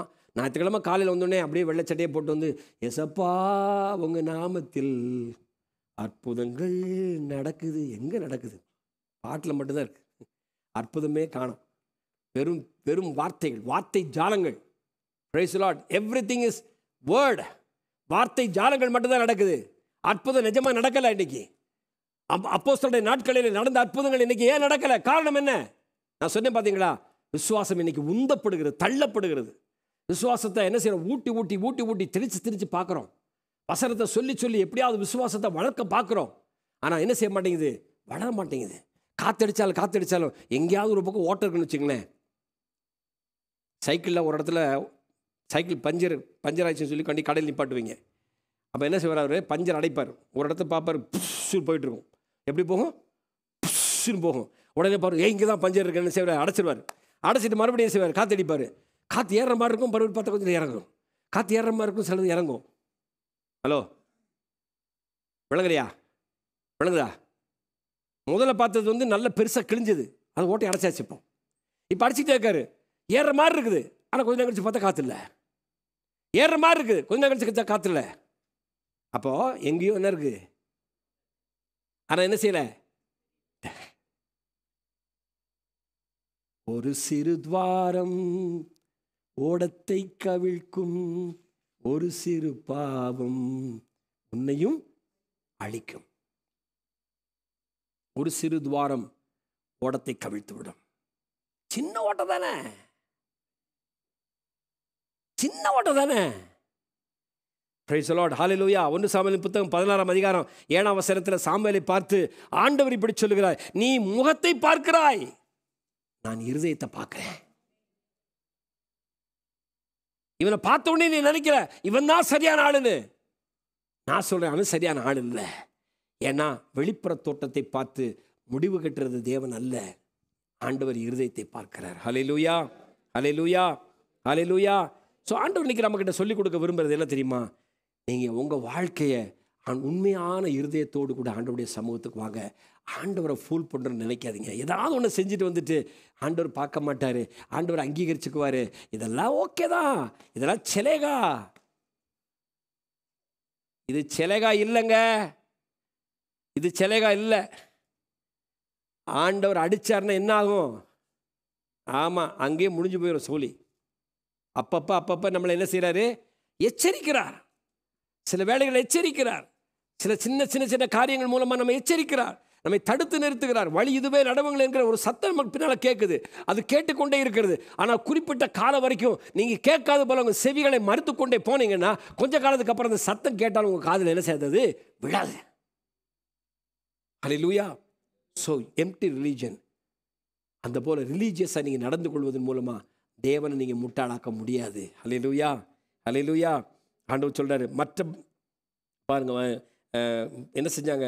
24ஆம் வசனத்தை நம்ம படிக்கிறோம். ம் ம் ம் ம் படியும் நடந்து முன்னிட்டல்ல பின்னிட்டே போனார்கள்.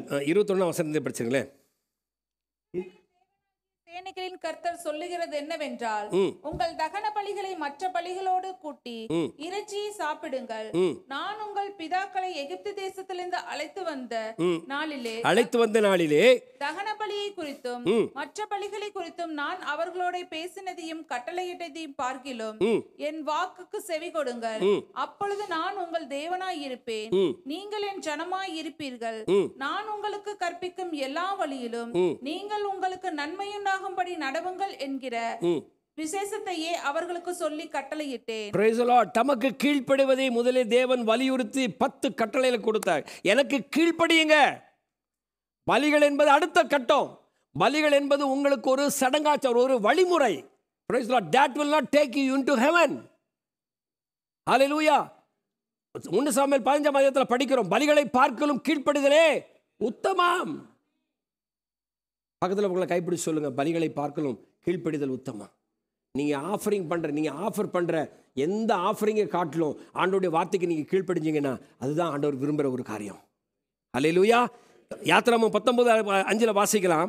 என்ன சொல்றாரு பாருங்க, இந்த காரியத்தை குறித்து சொல்றாரு பாருங்க. யாத்திராகமம் 19:5 வாசிங்க.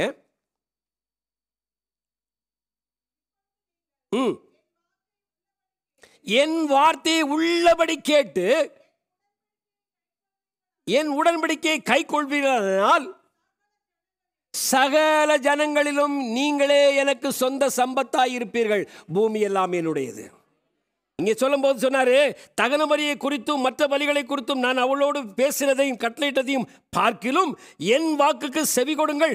அப்பொழுது நான் உங்கள் தேவனாய் இருப்பேன், நீங்கள் என் ஜனமாய் இருப்பீர்கள். நான் உங்களுக்கு கற்பிக்கும் எல்லா வழியிலும் நீங்கள் உங்களுக்கு நன்மை உண்டாகும்படி நடவுங்கள் என்கிற விசேஷத்தை அல்லவா அவர்களுக்கு சொல்லி கட்டளையிட்டேன்னு சொல்றார். அல்லேலூயா, அல்லேலூயா. இந்த காலை வேளையில் அதுக்கு பின்னால் தான் லேவியர் ஆகமம். இந்த காரியங்கள்லாம் சொன்னதுக்கு அப்புறம் தான் லேவியர் ஆகமத்தில் பலி செலுத்தக்கூடிய காரியங்களை குறித்து அவர் பேசுகிறார். முதல்ல அவருடைய வார்த்தைக்கு கீழ்ப்படிங்கப்பா, அதுக்கப்புறம் பலி செலுத்துறதெல்லாம் இருக்கட்டும். அல்லேலூயா. So ritualistic thing will come afterwards, but before that let your heart be towards God. அவருடைய சாயல்ல அவருடைய ரூபத்தில் படைக்கப்பட்ட நீ அவரை போல வாழ பழகு. அல்லேலூயா, அல்லேலூயா, ஆமென், அல்லேலூயா. மத்தேயு 23:24 சொல்றாரு, கொசுவை வடிகட்டி ஒட்டகத்தை முழுங்குறாங்களாம். கண்ணு முன்னால் மக்கள் முன்னால் பார்த்துட்டு சொல்றாங்க, பாருங்க நாங்கள் எவ்வளவு சுத்தமாக எடுத்து கொடுக்குறோம் பாருங்க அப்படின்னு. கொசு கூட வராமல் இப்படி எப்படி நாங்கள் எடுத்து கொடுக்குறோம் பாருங்கன்னு சொல்லிட்டு இந்த பக்கம் என்ன செய்கிறாங்க,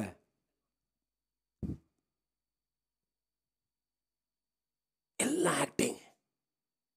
அருமையான தேவ ஜனமே, இன்றைக்கு ஆக்டிங் செல்லாது. இன்னும் ஒரு காரியத்தை சொல்ல விரும்புகிறேன். திருமண பந்தத்தில் கல்யாணம் பண்ணும்போது எப்படி கைப்பிடிச்சுன்னு சொல்கிறோம்? நாள் சிரிக்குது, எதுக்கடா இதெல்லாம் சொல்கிறாரு பாஸ்டர்? இதான் சில ரியலிஸ்டிக் திங்கை நான் சொல்கிறேன். உங்களுக்கு சில உதாரணங்களை சொல்லணும். கைப்பிடிச்சு நம்ம என்ன சொல்கிறோம்? வாழ்விலும் தாழ்விலும் சுகத்திலும் துக்கத்திலும். ஆக்சுவலாக மண்டை எங்கே இருக்குதோ தெரியல. வாயில் அவர் சொல்லும் போது கூட தடுமாறி, சில பேர்லாம் தடுமாறி சொல்லுவாங்க. என்ன சொல்கிறாங்கன்னே அவங்களுக்கு விளங்காது. அவர் சொல்ல இன்னொரு தடவை சொல்லி அது சரியாக சொல்லணும்னா அவர் விட மாட்டார். இன்னொரு தடவை சொல்ல வச்சு, ஏன்னா கரெக்டாக சொன்னாதான் இவருக்கு ஏன்னா இப்போ பிரச்சனையாயிரும். நாளைக்கு நீங்கள் தானே பாஸ்டர் அன்றைக்கி அப்படி சொல்லி கொடுத்தீங்க அப்படின்னு அதனால் சொல்ல வச்சுருவாங்க. வாழ்விலும் தாழ்விலும் சுகத்திலும் துக்கத்திலும் நன்மையிலும் தீமையிலும் மரணம் நம்மை பிரிக்கும் வரை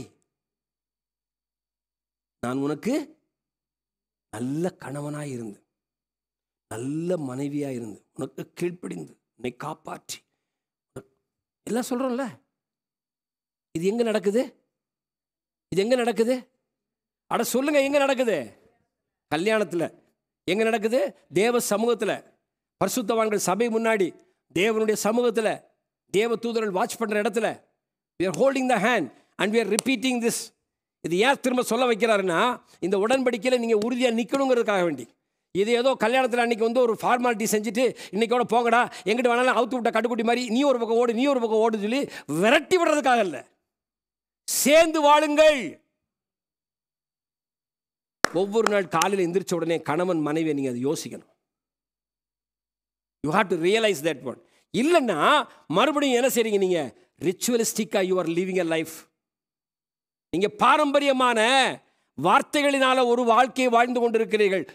உணர்வு பூர்வமான ஆழமான விருப்பத்திலே, ஆழமான நம்பிக்கையிலே, விசுவாசத்திலே உங்க வாழ்க்கை ஓடலை. Price the Lord. பேப்டிசம் அடுத்த ஒரு உதாரணம். பேப்டிசம். ஆண்டவரே உம்மை நான் ஏற்றுக்கொள்கிறேன். பழைய மனிதன், புதிய மனிதன். பழையவைகள் எல்லாம் ஒளிந்து போனவைகளை கொண்டு இப்ப என்ன செய்ய போறேன்? எல்லாருக்கும் முன்னாடியும் அமுக்க போறேன்.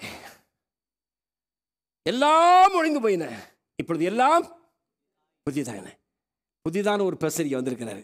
அவர் வெளியே வந்தோடனே வெள்ளைச்சட்டை போட்டு தலையெல்லாம் நீட்டாக சீவி, அப்போ எல்லாரும் கங்க்ராச்சுலேஷன்.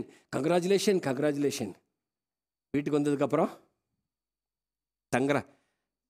தங்கராஜ் ரிலேஷன். அவர் தங்கராஜுக்கு ரிலேஷன். அங்கே வரைக்கும் கங்க்ராச்சுலேஷன், இங்கே வந்து தங்கராஜுக்கு ரிலேஷன். யார் இந்த தங்கராஜ்? ரொம்ப நல்ல தம்பி. எப்பயாவது ஒரு தடவை தண்ணி போடுவார். ஐயோ அப்படிலாம் நீங்கள் பயப்படாதீங்க.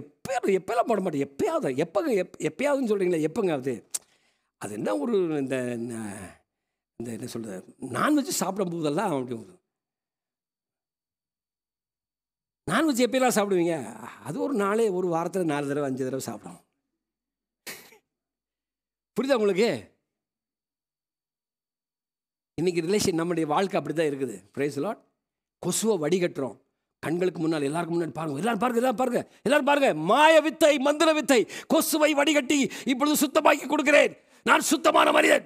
இந்த பக்கம் பார்த்தா என்ன செய்ய, ஒட்டகம் உள்ள போயிட்டு இருக்கு, யாருக்கும் தெரியாது. ஆண்டோடைய பிள்ளைகளாக வாழ்றதுக்கு அதல்ல வாழ்க்கை, வாழ்க்கை. ஹல்லேலூயா. மூன்றாவது ஒரு காரியத்தை ஆண்டவர் சொல்ல விரும்புகிறார். 12ஆம் வசனத்தை வாசிக்கலாம்.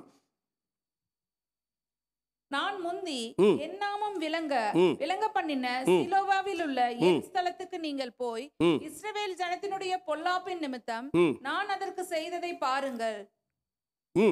நீங்கள் இந்த கிரியைகளை எல்லாம் செய்தீர்கள். நான் ஒரு காலத்துல சீலோங்கிற ஒரு இடத்தை தெரிந்து கொண்டு அந்த இடத்தை என் ஸ்தலமாக்கி கொண்டேன். அங்க போய் நீங்க என்ன செய்யுங்க, என்னை ஆராதிங்கன்னு சொன்னேன். முதல்ல தேவனுடைய உடன்படிக்கை பெட்டி சீலோ என்கிற இடத்துல தான் கொண்டு வந்து வைக்கப்பட்டது. அங்கே இருந்தால் பெலிஸ்தீர்கள் நினைச்சிட்டு போயிட்டாங்க, அதை பிடிச்சிட்டு போயிட்டாங்க. Price the Lord. ஓகே, யோசுவா 18ஆம் அதிகாரம் 1 வசனத்தில் நம்ம படிக்கலாம். கானான் நாட்டிலே இந்த ஆசரிப்பு கூடாரம் நிறுவப்பட்டது. வாசிக்கலாம். யோசுவா 18:1. இஸ்ரவேல் புத்திரரின் சபையெல்லாம் சீலோவிலே கூடி அங்கே ஆசரிப்பு கூடாரத்தை நிறுத்தினார்கள். ஆமாம், அங்கே தான் தேசம் அவள் வசமாயிற்று. எப்போ ஆசரிப்பு கூடாரத்தை அவள் நிறுவினார்களோ அப்பொழுது தேசம் அவள் வசமாய் மாறிற்று. ஜெயம் ஜெயம் ஜெயம், ஜெயத்தின் மேல் ஜெயம். ஆராதனையில் கேட்டீங்கல்ல, ஜெயத்தின் மேல் ஜெயம். எப்படி வர முடியும்? தேவ பிரசன்னத்தை எஸ்டாப்ளிஷ் பண்ணும் பொழுது you will get victory over victory. தேவனுடைய பிரசன்னம் முக்கியம்.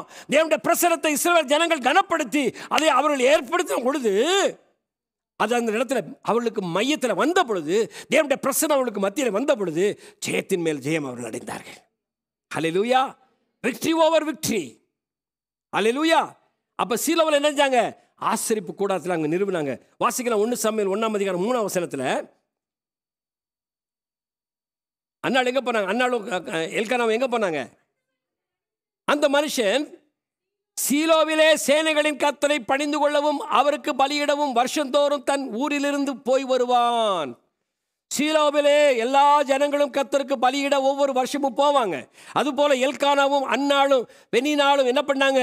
வருஷத்தில் ஒவ்வொரு தடவையும் பலியிடுவதற்கு சீலோவுக்கு போனாங்க. அப்போ சீலோவில் தான் இந்த கர்த்தருடைய ஆலயம் பிரசன்னம் நிறுவப்பட்டது, கூடாரம் நிறுவப்பட்டது. சீலோவை கர்த்தர் தனக்கென்று தெரிந்து கொண்டார்.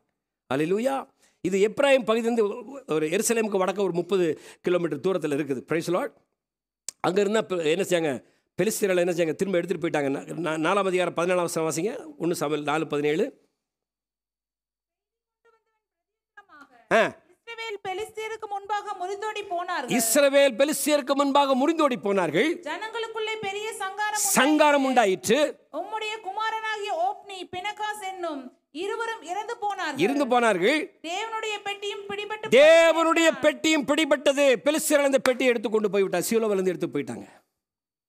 அல்லேலூயா. சங்கீதம் 78ஆம் அதிகாரத்தில் 59, 60, 61 வசனங்களை படிச்சீங்கன்னா சீலோ அழிக்கப்பட்டது. அல்லேலூயா. Price the Lord. சீலோ அழிக்கப்பட்டது. எப்ராயிமுடைய வடக்கு ராஜ்யம் முழுவதும் சிறை பிடிக்கப்பட்டது.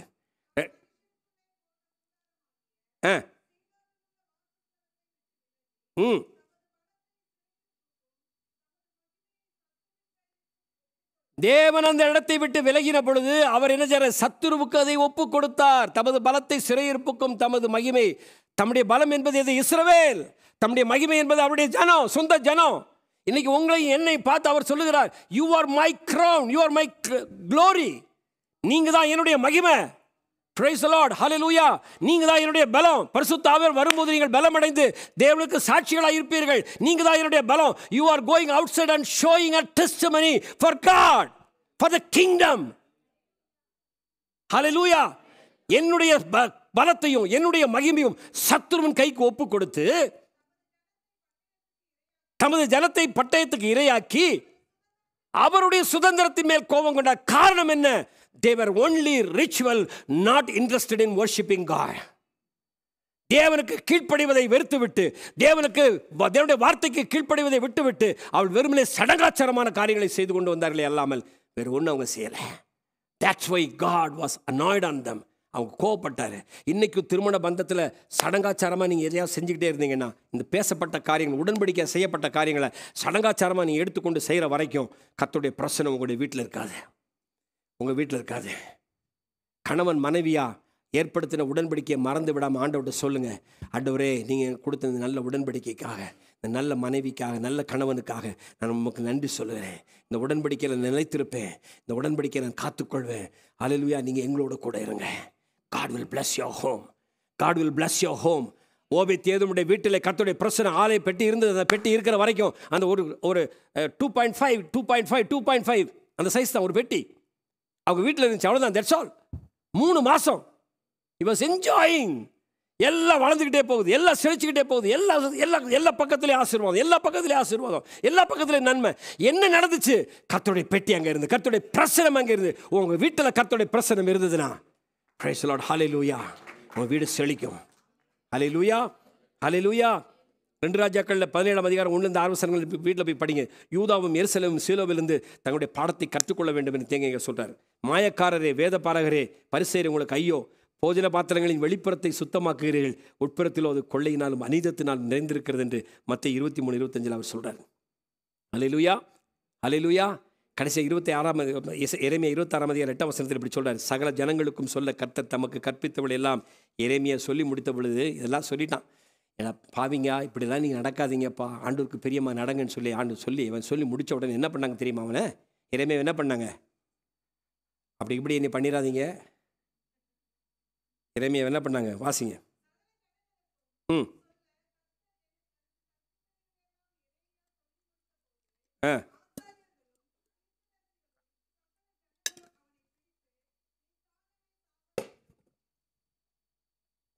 என்ன சொன்னாங்க?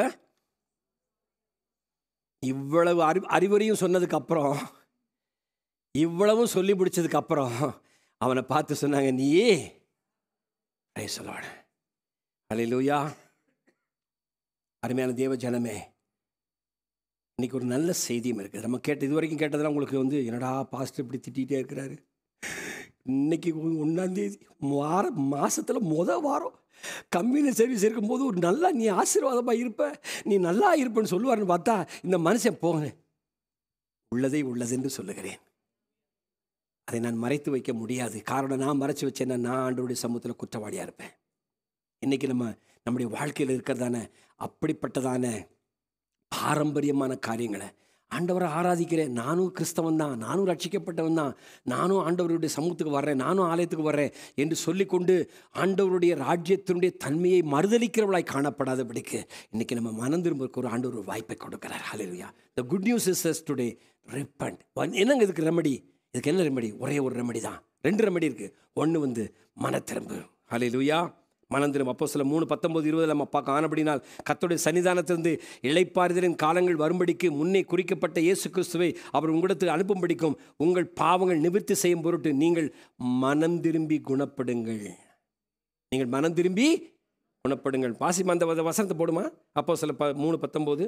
ஆனபடியினாலே கர்த்தருடைய சன்னிதானத்திலிருந்து இளைப்பாறுதலின் காலங்கள் வரும்படிக்கும் முன்னே குறிக்கப்பட்ட இயேசு கிறிஸ்துவை அவர் உங்களிடத்துக்கு அனுப்பும் படிக்கும் உங்கள் பாவங்கள் நிவர்த்தி செய்யப்படும் பொருட்டு உங்கள் பாவங்கள் நிவர்த்தி செய்யப்படும் பொருட்டு நீங்கள் மனம் திரும்பி குணப்படுங்கள். உங்கள் பாவங்கள் நிவர்த்தி செய்யப்படும் பொருட்டு இயேசு கிறிஸ்து சிலுவையிலே உங்களுக்காக அடிக்கப்பட்டதனுடைய விளைவு என்ன? உங்கள் பாவங்கள் நிவர்த்தி செய்யப்பட்டது. ஹல்லேலூயா.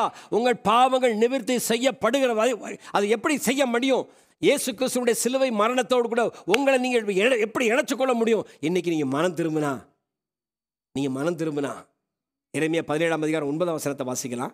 எரேமியா 17:9 சீக்கிரமாக எடுத்து வாசிங்க. எரேமியா 17:9. எல்லாவற்றை பார்க்கிலும் இருதயமே மகா திருக்குள்ளதும் கேடுதாய், மகா கேடுள்ளதுமா இருக்குது. இதை திருப்பிட்டீங்கன்னா போதும்.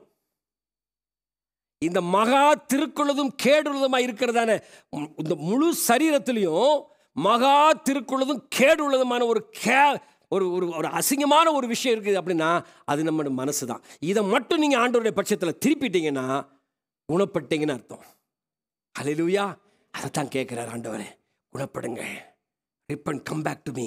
ஹல்லேலூயா. 20 வசனத்தையும் வாசிக்கலாம். 3:20 அப்போஸ்தலர் 3:20. உங்கள் பாவங்கள் நிவர்த்தி செய்யும் பொருட்டு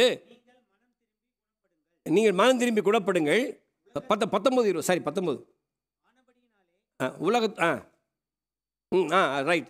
கர்த்தருடைய சந்நிதியிலிருந்து இளைப்பாறுதலின் காலங்கள் நமக்கு வருவதற்கு, இளைப்பாறுதலின் காலங்கள், you have to be in rest, you have to have a piece.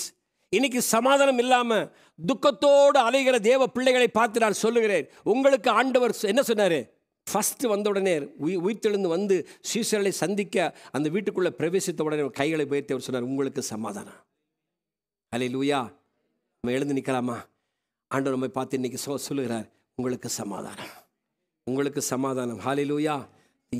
மகா கேடுள்ளதும் திருக்குள்ளமான இந்த இருதயத்தை ஆண்டவர் பட்சத்தில் திருப்புவோமா? ஆண்டவர்கிட்ட கேட்கலாம், இன்னைக்கு ஆண்டவரை என்னை குணப்படுத்தேன். ரெண்டாவது ஒரு காரியம் ஆண்டவர் சொல்கிறாரு. ஜனங்கள் என்ன சொல்கிறாங்க தெரியுமா? நான் அந்த வேலை செஞ்சேன், நான் இந்த வேலை செஞ்சேன், நான் ஆண்டவருக்காக இதை பண்ணேன், நான் ஆண்டவருக்கு அதை பண்ணேன். இதெல்லாம் ஆண்டவர் சொல்கிறாரு, oh it is all hard work that will be rewarded. இச்சிறியவரில் ஒருவனுக்கு ஒரு கலசம் தண்ணீரை கொடுத்தாலும் அதனுடைய பலனை நீ அடையாமல் போவதில்லை. God will reward you, but your heart, you have to trust God. நான் ஆரம்பத்திலே சொன்னேன், ஆபேலுடைய பலி காயினுடைய பலியை காட்டிலும் விசேஷமானதுக்கு காரணமே ஆபேல் தேவனை விசுவாசித்தான். ஹல்லேலூயா, ஹல்லேலூயா. இன்னைக்கு உங்கள் இருதயம் ஆண்டவரை விசுவாசிக்கிறதா? மனம் திரும்புங்கள். ரெண்டாவது அவரை விசுவாசிங்க. You trust him. ரோமர் 3:20-22 வரைக்கும் இப்படி சொல்லுது, இப்படி இருக்க பாவத்தை அறிகிற அறிவு நியாயப்பிரமாணத்தால் வருகிறபடியால் எந்த மனுஷனும் நியாயப்பிரமாணத்தின் கிரிகளினாலே தேவனுக்கு முன்பாக நீதிமானாக்கப்படுவதில்லை. இப்படி இருக்க நியாயப்பிரமாணம் இல்லாமல் தேவ நீதி வெளியாக்கப்பட்டிருக்கிறது. இது அதை குறித்து நியாயப்பிரமாணமும் தீர்க்க தரிசனமும் சாட்சியிடுகிறது. இது இயேசு கிறிஸ்துவை பற்றும் விசுவாசத்தினாலே பலிக்கும் தேவ நீதியே. விசுவாசிக்கிற எவர்களுக்குள்ளும் எவர்கள் மேலும் அது பலிக்கும். வித்தியாசமே இல்லை, வித்தியாசமே இல்லை. எரேமியா 9:23-24 ஞானி தன் ஞானத்தை குறித்து மேன்மை பாராட்ட வேண்டாம், பராக்கிரமன் தன் பராக்கிரமத்தை குறித்து மேன்மை பாராட்ட வேண்டாம், ஐஸ்வர்யன் தன் ஐஸ்வர்யத்தை குறித்து மேன்மை பாராட்ட வேண்டாம். மேன்மை பாராட்டுகிறவன் பூமியிலே கிருபையையும் நியாயத்தையும் நீதியும் செய்கிற கர்த்தர் நான் என்று என்னை அறிந்து உணர்ந்திருக்கிறதை குறித்தே மேன்மை பாராட்ட கடவன் என்று கர்த்தர் சொல்லுகிறார். இவைகளின் மேல் பிரியமாயிருக்கிறேன் என்று கர்த்தர் சொல்லுகிறார். ஹல்லேலூயா, ஹல்லேலூயா. இந்த காலை வேளையில் ஆண்டவருக்கு முன்னால் ஒப்புக் கொடுக்கலாமா? Let us not be ritualistic. Let us not be an empty religious people. வெறுமனே நம்முடைய வாழ்க்கையை ஏதோ ஒரு சடங்காச்சாரத்தோடு கூட ஏதோ வாழ்க்கை சக்கரத்தோடு இணைத்து கொண்டு ஓடுகிறவர்களா இல்லாதபடிக்கு உண்மையாக தேவன் விரும்புகிற இடத்துல நிற்கிறீங்களா? ஆபிரகாமே, ஆபிரகாமே, அந்த சத்தம் கேட்ட உடனே ஆண்டவரே சொல்லும், இதோ இருக்கிறேன்.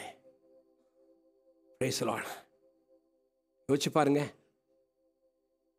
சில நேரங்களில் சாமுவேலை போல சாமுவேலேன்னு சொல்லும் பொழுது, தாத்தா கூப்பிட்டீங்களா, தாத்தா, பாட்டி கூப்பிட்டீங்களா, பாட்டி, அக்கா கூப்பிட்டீங்களா, அக்கா என்று அங்கும் இங்கும் ஓடிக்கொண்டிருக்கிறதான நிலையில் நீங்கள் இருக்காதீங்க. Can you recognise God's voice? கர்த்தருடைய சத்தத்தை உங்களால் விளங்கி கொள்ள முடியுமா? உங்கள் இருதயம் சுத்தமாக இருந்தால் கர்த்தருடைய சத்தத்தை விளங்கி கொள்ள முடியும். இல்லைன்னா மறுபடியும் நீங்கள் என்ன செய்வீங்க?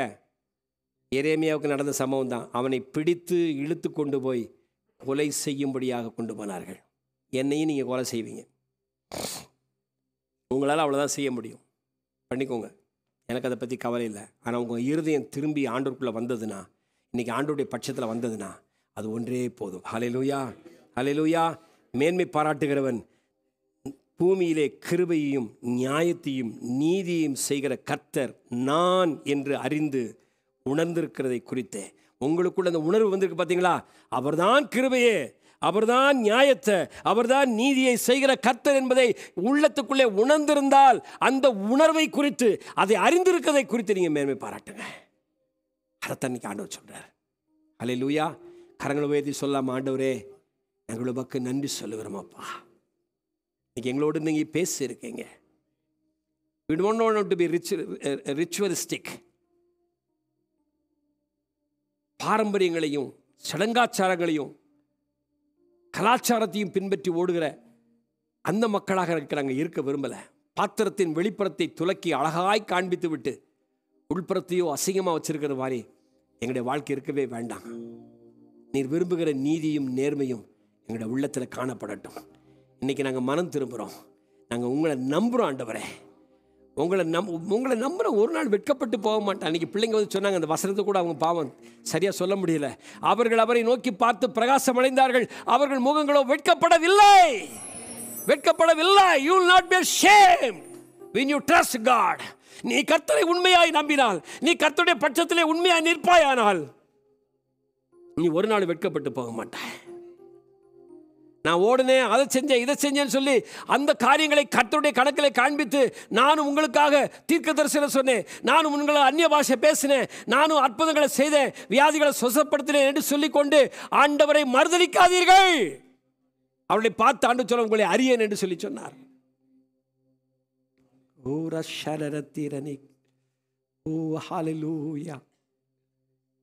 வாழ்க்கை பாவத்திலிருந்து விடுதலை செய்வதற்காக கல்வாரி சிலுவையிலே ரத்தம் சிந்தி மரித்த இயேசு சிலுவையில் எல்லாவற்றையும் செய்து முடித்து விட்டார். Come on, repent yourself. குணப்படுங்க, இருதயத்தில் குணப்படுங்க, இருதயத்தில் குணப்படுங்க. ஹல்லேலூயா, ஹல்லேலூயா, ஹல்லேலூயா. நியாயப்பிரமாணம் இல்லாமல் தேவநீதி, அது நியாயப்பிரமாணமும் தீர்க்க தரிசனங்களும் இதை குறித்து சாட்சியிடுகிறது. இயேசு கிறிஸ்துவை பற்றும் விசுவாசத்தினாலே பலிக்கும் தேவ நீதி விசுவாசிக்கிற எவர்களுக்குள்ளும் எவர்கள் மேலும் அது பலிக்கும். ஹல்லேலூயா. ஓ ஹல்லேலூயா. I just want to give few minutes for you. உண்மையாய் மனம் திரும்ப விரும்புகிறவர்கள் உங்களை ஆராய்ச்சி பார்த்தீங்கன்னா உங்களுக்கு தெரியும். வேறு யாரும் உங்களை பற்றி சொல்ல வேண்டிய அவசியம் இல்லை, சர்டிஃபிகேட் கொடுக்க வேண்டிய அவசியம் இல்லை. நீங்கள் எங்கே தடைப்பட்டிருக்கீங்க, எங்கே சிக்கலாக இருக்கிறீங்க, எங்கே உங்கள் உள்ள ஆண்டவரை விட்டு தூரமாக மாறி இருக்கு. 3 விஷயத்தை உங்களுக்கு நான் சொல்கிறேன் இன்னைக்கு. நம்பர் 1, இந்த வெறுமையான இந்த religion, being religious doesn't guarantee a good relationship with God. தேவனோடு இருக்கிற உண்மையான ஐக்கியத்தை வெறுமனே வெளிப்புறமாய் நாம் செய்கிற சடங்காச்சாரங்கள் ஒரு நாளும் உறுதி செய்யவே முடியாது என்று சொன்னேன்.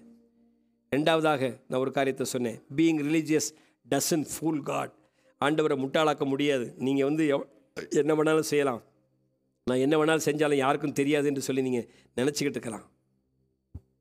3வது ஒரு காரியத்தை சொன்னேன், being religious doesn't stop God's judgement. தேவனுடைய நியாய தீர்ப்பை அது ஒரு நாள் தடுத்து நிறுத்தாது. நீங்கள் உங்களுடைய காலத்தில் ஆண்டவருடைய சமூகத்தில் நீங்கள் ஒப்பு கொடுக்குறீங்களா? ஹல்லேலூயா. Trusting in not in outward ceremonies instead of trusting in God. Pious words contradicted to by sinful disobedient lives.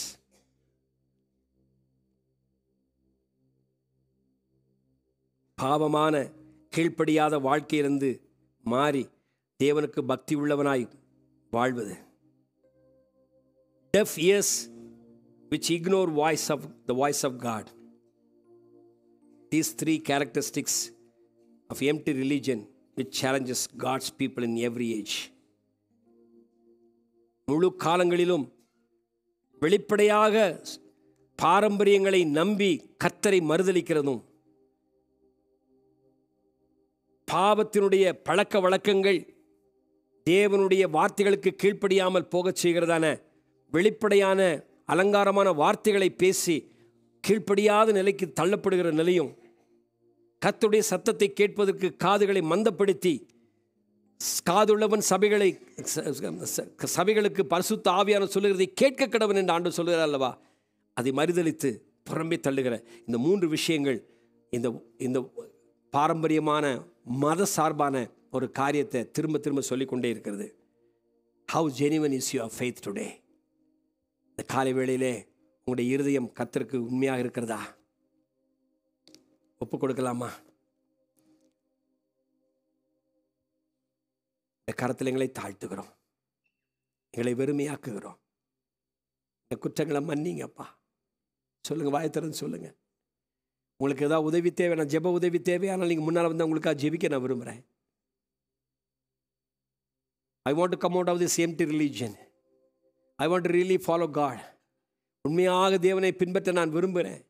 மாய்மாலமான வாழ்க்கையிலிருந்து நான் விடுபட விரும்புகிறேன் என்று சொல்லி எனக்கு ஜெப உதவி தேவை என்றால் நீங்கள் முன்னால் வாங்க, உங்களுக்காக நான் ஜெபிக்க விரும்புகிறேன். Praise the Lord. Hallelujah. Hallelujah. It's very hard.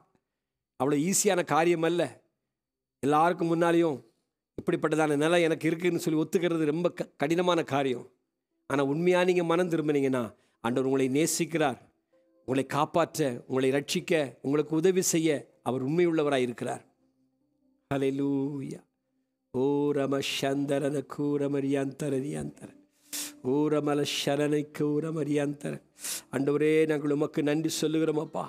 உம்முடைய மகிமையான கரத்துக்குள்ளே எல்லாரையும் நாங்கள் ஒப்பு கொடுக்குறோம் ஐயா. மானுக்கார ஜெபிக்கிறேன் இயேசுவின் நாமத்தினால. ஹல்லேலூயா. Thank you for his guts Lord. ஆண்டவரே, உடைய தைரியத்துக்காக நான் நன்றி சொல்லுகிறேன். உடைய பிள்ளையை நான் ஆசீர்வதிக்கிறேன். எல்லா விதமான மாய்மாலமான ஆண்டவரே காயினுடைய வழிகளை விட்டு ஆபேலை போல விசுவாசத்தோடு உடைய சமூகத்துக்குள் கடந்து வரும்படியாய் தேவன் உடைய பிள்ளையை நீர் அங்கீகரிக்க வேண்டும் என்று நான் ஜெபிக்கிறையா. வெளிப்படையான எல்லா காரியங்களும் மறையட்டும் ஆண்டவரே. உள்ளான மனதிலே உள்ளான ஆர்வத்தோடு தேவ சமூகத்திலே கர்த்தாவே நின்று உமக்கு கர்த்தாவே பிரியமான மகனாய் எப்பொழுதும் வாழ்வதற்கு தேவன் கர்த்தாவே உதவி செய்வீராக. பரிசுத்தாவின் வல்லமை உடைய ஆட்கொள்ளட்டும், பரிசுத்தாவின் வல்லமை ஆட்கொள்ளட்டும் இயேசுவின் நாமத்தினாலே.